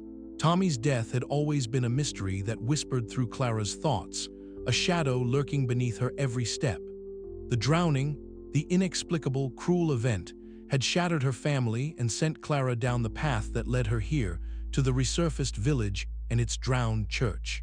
Every stone, every ripple of water seemed to echo the unanswered questions that gnawed at her heart. The photograph slipped from Clara's fingers and fluttered to the floor, landing face up. She closed her eyes, letting the silence fill the room. The scent of damp wood and faint traces of salt from the nearby sea mingled in the air, anchoring her to the present even as her mind drifted. Suddenly, a faint whisper brushed past her ears, as if carried on the breath of the wind. Clara's eyes snapped open. The room seemed to darken, the corners folding inward. A soft glow appeared near the doorway, coalescing into the unmistakable form of a young girl, Tommy. She stood there, ethereal and translucent, her light brown hair catching the dim glow like strands of spun gold. "Clara," the vision said, voice barely more than a sigh, "you don't have to carry this alone." Tears welled in Clara's eyes as she reached out, but her hand passed through the apparition like smoke. "Tommy," she whispered, voice trembling, "why did you have to go? Why did I have to lose you?" The girl's smile was sad but gentle, imbued with a love that transcended time. "It was never your fault. The water took me, but it cannot take the love we shared. Remember that, always." The vision faded slowly, leaving Clara alone once more, but somehow lighter, as if a small piece of the burden had been lifted. She sank to her knees, the damp floor cold beneath her, and let the tears fall freely. Days passed in a blur of reflection and quiet resolve. Clara found herself drawn to the shoreline at dusk, where the sun painted the sky in hues of amber and violet. The water lapped gently against the rocks, whispering secrets she was only beginning to understand. "I won't let this happen again," she murmured to the wind, her voice steady despite the tremor in her heart. "Not to you, not to anyone else." The village around her was still, the skeletal remains of houses and the church rising solemnly from the earth. Every step she took was a step closer to reckoning with the curse, with the spirits, and most of all with herself. One evening, back within the ancient church's sanctuary, Clara gathered a small bundle of Tommy's belongings, a worn bracelet, a scrap of fabric, a faded drawing. She placed them carefully on the altar and lit a solitary candle. The flickering flame cast dancing shadows on the walls, the air thick with the mingled scents of wax and salt. As the items burned slowly, Clara closed her eyes and whispered a prayer, not to any god or saint, but to the memory of her sister and the souls trapped in this sunken place. "I forgive you," she said, voice firm but tender, "and I ask for forgiveness for myself, for the village, for all who have suffered. Let this be the beginning of peace." The flame flickered wildly, then steadied, bathing the sanctuary in a warm, golden light. Outside, the water stilled, as if the restless spirits had paused to listen. Clara opened her eyes, feeling a profound calm settle over her. The burden of memory had not vanished, but it no longer crushed her. Instead, it fueled a cautious hope, a fragile flame against the darkness. She knew the path ahead would be perilous. The curse was not yet broken, and the vengeful priest's shadow still loomed. But with the memory of Tommy embraced rather than feared, Clara felt ready to face whatever horrors awaited beneath the waves. And as the night deepened, the village whispered its ancient secrets, waiting for the dawn. The air was thick, with the scent of salt and damp wood as Clara and Elias settled onto the old dock that jutted into the placid water. The sun was beginning its slow descent, streaking the sky with fiery amber and soft lavender, painting the surface of the water in shimmering golds and purples. The village lay quiet before them, its skeletal remains whispering secrets lost beneath the waves for a century. Clara pulled her jacket tighter around her shoulders, her dark hair tousled by the gentle evening breeze. Beside her, Elias' weather-beaten face was etched with the lines of a man who had lived too close to the sea and its mysteries. His eyes, sharp and steady, reflected the last glimmers of daylight. "It's strange," Clara began, her voice low yet steady, "how the village still feels alive, even after all this time, like the memories cling to the stones, refusing to fade away." Elias nodded, his gaze fixed on the distant outline of the drowned church rising faintly above the waterline. Memories have a way of holding on, especially when they're wrapped in fear and faith. Clara considered his words carefully. Over the past weeks, her investigation had brought her face to face with the village's dark past, a history tangled with desperation, fanaticism, and an unyielding curse. But it had also revealed moments of profound hope and resilience, glimpses of a community that had once thrived on belief and mutual care. "I've always thought of history as facts and dates," Clara said, "but this is different. It's alive, it's messy, and it's painful." Elias reached into his jacket pocket and pulled out a small, worn leather-bound ledger. He handed it to Clara with a steady hand. "This belonged to my grandfather. It's a record of the families who lived here before the flood, names, births, deaths. It's all that's left of the people who once called this place home." Clara opened the ledger carefully, the fragile pages crackling softly in the quiet evening. The ink had faded, but the names were still legible, each one a thread connecting the present to a vanished past. She traced a finger down the list, feeling a deep ache rise within her. "These were real people," she whispered, "not just shadows in a story." Elias' voice was thick with emotion. "They were, and they deserve to be remembered without the fear that twisted their lives." The two sat in companionable silence, the weight of history settling between them like a tangible presence. As twilight deepened, the outlines of the village grew sharper against the darkening sky, the ruined homes and the drowned church standing as mute testaments to what had been lost. "Faith kept them going," Elias said finally, breaking the stillness, "but it was also their undoing." Clara looked up, meeting his gaze, "And fear kept the curse alive. We can't forget either if we want to understand what happened here." A sudden gust of wind stirred the water, carrying with it a faint, mournful sound, like a distant hymn or a whispered prayer. For a moment, the boundary between past and present blurred, and Clara felt a shiver run down her spine. "Do you think the curse can be broken?" she asked quietly. Elias shrugged, his eyes reflecting the flickering light of the first stars. "Maybe, but only if we face the truth, all of it, the good and the bad." Later that evening, inside Elias' small cabin, the walls lined with fishing nets and weathered tools, Clara pored over the ledger by the flickering light of a lantern. The room smelled of seaweed and wood smoke, a comforting contrast to the chill that clung to the ruins outside. Elias watched as she traced the names and dates, her brow furrowed in concentration. "These names," Clara said, "they're more than just records, they're stories waiting to be told." "Stories I'm afraid some want to keep buried," Elias replied, his voice low and guarded. Clara looked up, meeting his wary expression. "The truth has a way of surfacing, no matter how deep you try to hide it." Their conversation deepened, moving from the ledger to the legends Elias had grown up hearing, the whispered warnings of the vengeful priest, the secret pacts made in desperation, and the spirits bound to the drowned church. Each tale held fragments of fear and faith intertwined, a tapestry as complex as the village itself. As the night wore on, Clara felt a growing clarity, a fragile bridge forming between her scholarly skepticism and the haunting realities Elias described. It was a reconciliation not just of facts, but of emotions and beliefs long suppressed.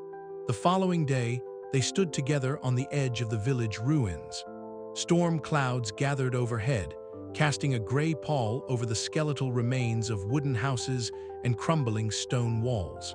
The wind whipped around them, carrying the distant cries of gulls and the restless murmurs of the sea. "This place," Elias said, "it's a reminder of what faith can build and what fear can destroy." Clara nodded, feeling the chill of the wind seep into her bones. "We owe it to those who lived and died here to remember honestly, not just the darkness, but the light too." There was a long pause as the weight of their words settled. Then, with a steady breath, Clara reached into her bag and pulled out her journal. She opened to a fresh page and began to write, her pen moving steadily to capture the truths they had uncovered. Elias watched silently, the corners of his mouth lifting in a rare, faint smile. The room around them seemed to hold its breath, the boundary between past and present growing thinner. As twilight deepened into night, Clara's journal filled with words of remembrance and resolve. The village's legacy was no longer just a curse or a ghost story. It was a testament to the enduring power of memory, faith, and the courage to face the unknown. But beneath the surface, the waters remained restless, whispering of cycles yet unbroken and shadows still lurking beneath the waves. And Clara knew this was far from the end. The early morning light seeped through the broken, stained glass windows of the sunken church, scattering shards of fractured color across the damp, warped floorboards. Clara Mallory sat cross-legged in the nave, her journal balanced on her knees, fingers trembling slightly as she turned the page. The air was thick with the scent of salt and old wood, mingled with a faint hint of incense, as if the church itself breathed the memories of prayers long whispered and drowned.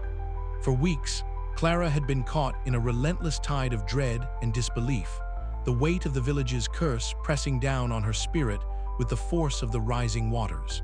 But now something was shifting. A subtle warmth bloomed within her chest, gentle yet insistent, as if the very currents that had once threatened to consume her were now carrying a fragile but steadfast hope. Her breath slowed, and she closed her eyes, letting the quiet seep into her bones. The silence was broken only by the distant drip of water and the faint, almost imperceptible tolling of a bell, a sound that seemed both impossibly real and eerily distant. It was then that she felt a presence near her, a soft shimmer at the edge of her vision. Opening her eyes, Clara saw Sister Agnes standing beside her, the ghostly nun's form cloaked in a faded habit that seemed to ripple like water itself. The pale face was serene, eyes deep pools of calm that held secrets and sorrow in equal measure. "Forgiveness," Agnes whispered, her voice a melodic echo that stirred the stillness. "It is the key, Clara, not just for them, but for you. Faith is not the absence of doubt, but the courage to walk through it." Clara met the nun's gaze, the cryptic words weaving through her mind like threads of light in the murky depths. She wanted to ask more, to understand how to grasp that elusive courage, but the words hung in the air, a gentle invitation rather than an explanation. Sister Agnes smiled faintly and began to fade, leaving Clara alone once more, but not empty. The warmth lingered, a fragile ember glowing in the shadowed sanctuary. Later, outside the church, the sun had risen higher, casting a pale glow over the resurfaced village. Clara found Elias Harrow standing on the water's edge, his weather-beaten face etched with lines of worry and resolve. Near him stood Father Nolan, the local priest whose skepticism had often clashed with Clara's growing belief in the supernatural. The two men's voices rose and fell in a measured debate, a clash of pragmatism and faith that mirrored the turmoil within Clara's own heart. "Faith without evidence," Nolan argued, "can lead to folly. We must not be swayed by ghost stories and superstition." Elias countered with a quiet conviction, "Sometimes the truth is in what we cannot see. The village's legacy isn't just in records or reason, it's in the stories passed down, the warnings etched into the water's memory." Clara listened, absorbing their words with a new perspective. The tension between belief and doubt was not a battle to be won, but a delicate balance to be held. She realized now that her journey was not about rejecting one for the other, but about finding strength in their union. That evening, as twilight bled into night, Clara sat once again within the church's ruined sanctuary. The water had risen slightly, lapping gently against the cracked stone walls. She closed her eyes, seeking solace in the quiet. Suddenly, a vision shimmered before her, the face of her late sister Tommy, radiant and serene, surrounded by a cascade of shimmering water and soft light. Tommy's smile was gentle, filled with unspoken forgiveness and peace. The vision lingered, a bittersweet balm to Clara's aching heart, before fading into the shadows. The church bell tolled faintly once more, a solemn reminder that the cycle was far from over, but that within Clara, a new resolve had taken root.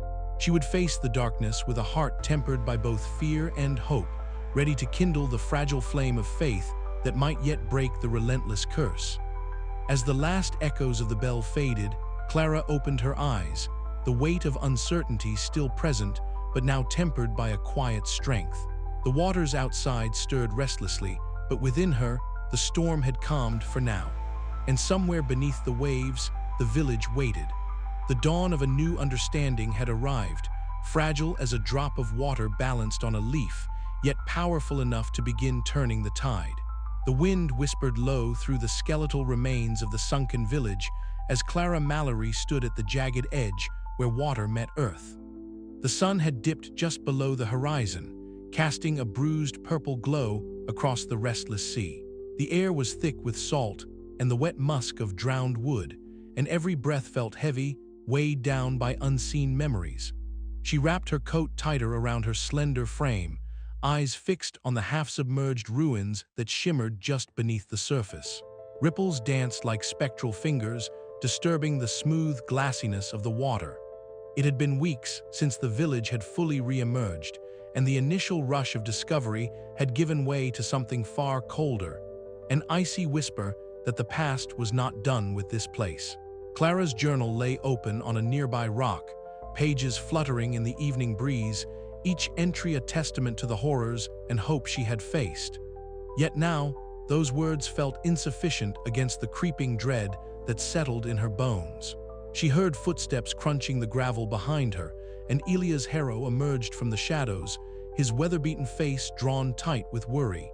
He pushed his cap back, eyes scanning the darkening horizon. "Clara," he said, voice low and rough like the sea itself, "there's things happening, things I've never seen before." She turned to him, searching his rugged features for the gravity she already felt swelling within herself. "What kind of things?" Elias hesitated, then spoke with a grim certainty. "Ghost lights flicker beneath the waves at night, blue and green, like the will-o'-the-wisps from the old stories. And the wind carries voices, mournful and sharp, like a choir of the drowned calling out." Clara's heart tightened. The curse was restless, stirring once more beneath the surface. "Do you think it's beginning again?" He nodded slowly, eyes reflecting the starlight. "The cycle never truly ends. It waits, patient as the tide, until it's ready to pull us under again." The words sank deep, mingling with the salt air and the ache in Clara's chest. She thought of Tommy, her sister lost to water's cold embrace, and the terrible price of forgotten sins. Later that night, back in the sanctuary of her tent, Clara settled beside the flickering lantern, her fingers tracing the faded ink of her journal. Shadows stretched long across the canvas walls, when suddenly, a chill slipped through the fabric like a phantom breath. She looked up to see Sister Agnes standing silently in the dim light, the ghostly nun's ethereal form cloaked in a faded habit that seemed to ripple as if underwater. Her eyes held a soft but urgent glow. "Clara," the apparition whispered, voice like the rustle of dry leaves, "the sea remembers, and the sins beneath its depths are not buried but waiting. You must heed the warning, lest the darkness rise anew." Clara swallowed hard, her resolve faltering beneath the weight of the message. "What must I do? How can I stop it?" Sister Agnes's gaze held a riddle, her lips parting to speak, but only silence followed. Then, as quietly as she had appeared, she faded into the shadows, leaving behind a haunting sense of urgency. Outside, a sudden gust stirred the tent, scattering pages like falling leaves. Clara scrambled to gather them, but as her hand brushed a loose sheet, the water beyond the tent briefly glowed, a soft, eerie blue, as if the ocean itself was sending a silent signal. Her breath caught. The curse's shadow still lingered, its reach long and unyielding. Clara knew that the battle was far from over. The warnings from the deep were clear. The cycle might pause, but it never truly broke. And she would need every ounce of courage, faith, and sacrifice to face the darkness when it returned. As dawn crept on the horizon, Clara stared once more at the water's restless surface, the chill of the night still clinging to her skin, and whispered a vow to the lost souls beneath. She would be ready, but even as hope flickered in her heart, the unseen currents whispered still, carrying the promise of storms yet to come. The sun had dipped below the horizon hours ago, and the village shoreline lay cloaked in the deepening shadows of twilight. Clara Mallory stood alone on the edge of the water, the chill evening breeze ruffling the hem of her worn jacket. The sky stretched out before her, a vast canvas of bruised purples and ashen grays, the last light of day fading into a muted promise of darkness. The water, usually restless and churning with the tides, lay unnervingly still, its surface smooth like glass except for faint ripples that seemed to move against the wind's direction. Clara's breath came out in quiet puffs, visible in the cooling air, as she watched those ripples with a sense of unease nestled deep beneath her calm exterior. For a long moment, she simply stood, arms wrapped tight around herself, listening to the soft lap of the waves on the shore and the distant cry of a solitary gull. The village, with its skeletal remains of houses, and the drowned church barely visible beneath the waterline, seemed suspended in a fragile truce between past and present. It was a momentary peace, a fragile pause that felt more like the quiet before a storm than a true calm. Turning away from the water, Clara made her way back to the small cabin Elia's harrow had lent her for the night. The interior was modest but welcoming. A fire smoldered low in the hearth, casting flickering shadows across the rough-hewn wooden walls. She sank into a creaky chair by the hearth and pulled her journal from her satchel. The worn leather cover was soft from use, the pages filled with her careful, looping script chronicling the day's discoveries and the ghostly encounters that had become her new reality. As the firelight danced across her face, Clara's expression was one of quiet contemplation. The weight of the past weeks pressed heavily on her, visions of her sister Tommy, the spectral warnings of Sister Agnes, the relentless menace of the vengeful priest. Yet beneath the sorrow and weariness, there was a thread of acceptance weaving through her thoughts. She understood now the cycle she was caught in, the curse's endless tide of suffering and loss. But she also felt a fragile hope, a promise that perhaps this time, the darkness could be broken. A soft knock at the door interrupted her reverie. Rising, Clara opened it to find Elias standing in the doorway, the rugged lines of his face softened by the dim light.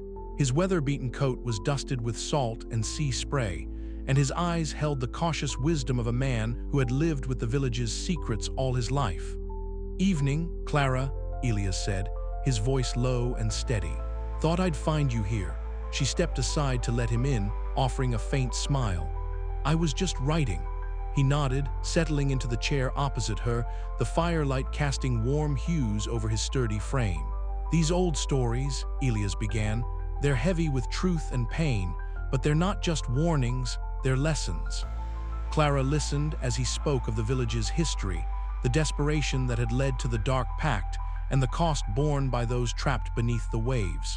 Between them, the air was thick with the weight of memory and regret, but also with a shared determination to face what was coming. As night deepened outside, a sudden chill swept through the cabin, carrying with it a presence that made the hairs on Clara's arms stand on end. She glanced toward the window, where the glass shimmered softly. There, bathed in an ethereal glow, appeared the faint figure of Sister Agnes. Her form was translucent yet vivid, the faded habit she wore fluttering gently as if caught in a breeze that did not touch the earth. The ghostly nun's eyes met Clara's, conveying a silent message of both warning and hope. Then, As quietly as she had appeared, Sister Agnes faded into the darkness, leaving behind a lingering sense of unease. Clara closed the window, her heart pounding, but the look in her eyes was resolute.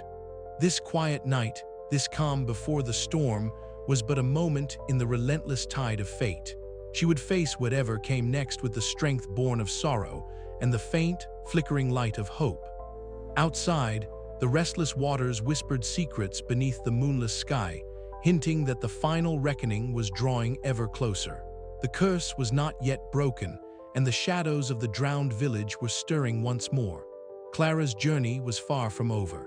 The air was thick with the briny scent of the sea as Clara Mallory stepped cautiously through the watery remains of the church.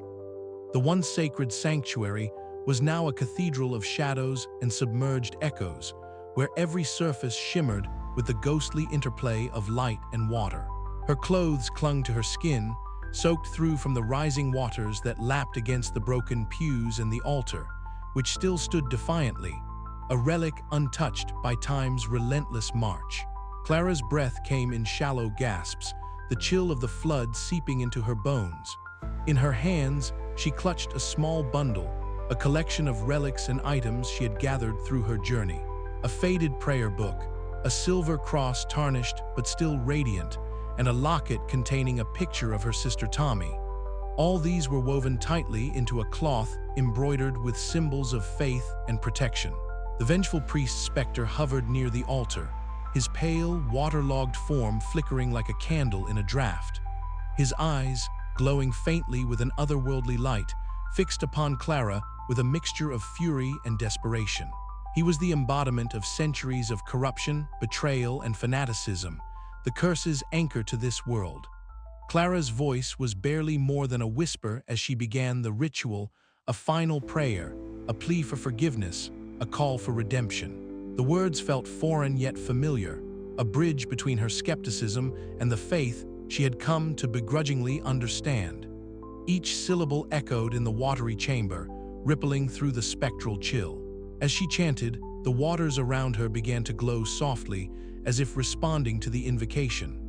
The priest's form writhed, his anger palpable, but Clara held firm, her eyes closed and heart steady despite the fear that gripped her. She felt the presence of Sister Agnes beside her, an ethereal comfort, a reminder of lost faith and enduring hope. The nun's serene face was a beacon amid the darkness, a silent encouragement to persevere. Suddenly, the waters surged, swirling with unnatural force. Clara was caught in the vortex, but she did not resist. Instead, she surrendered to the current, allowing herself to be carried by the tide of fate. The priest's scream echoed, a sound of rage and despair that faded into a mournful wail. Then, silence. The village, long submerged beneath the sea, began to sink once more, the skeletal structures disappearing beneath the waves. Yet, as the last vestiges of the drowned church slipped below the surface, the spirits that had haunted its halls found peace, their anguished faces softening, their forms dissolving like mist in the morning sun. Clara emerged from the water on the shore, coughing and shivering but alive. Elia's harrow stood nearby, his weather-beaten face etched with relief and concern. "Is it over?" he asked quietly.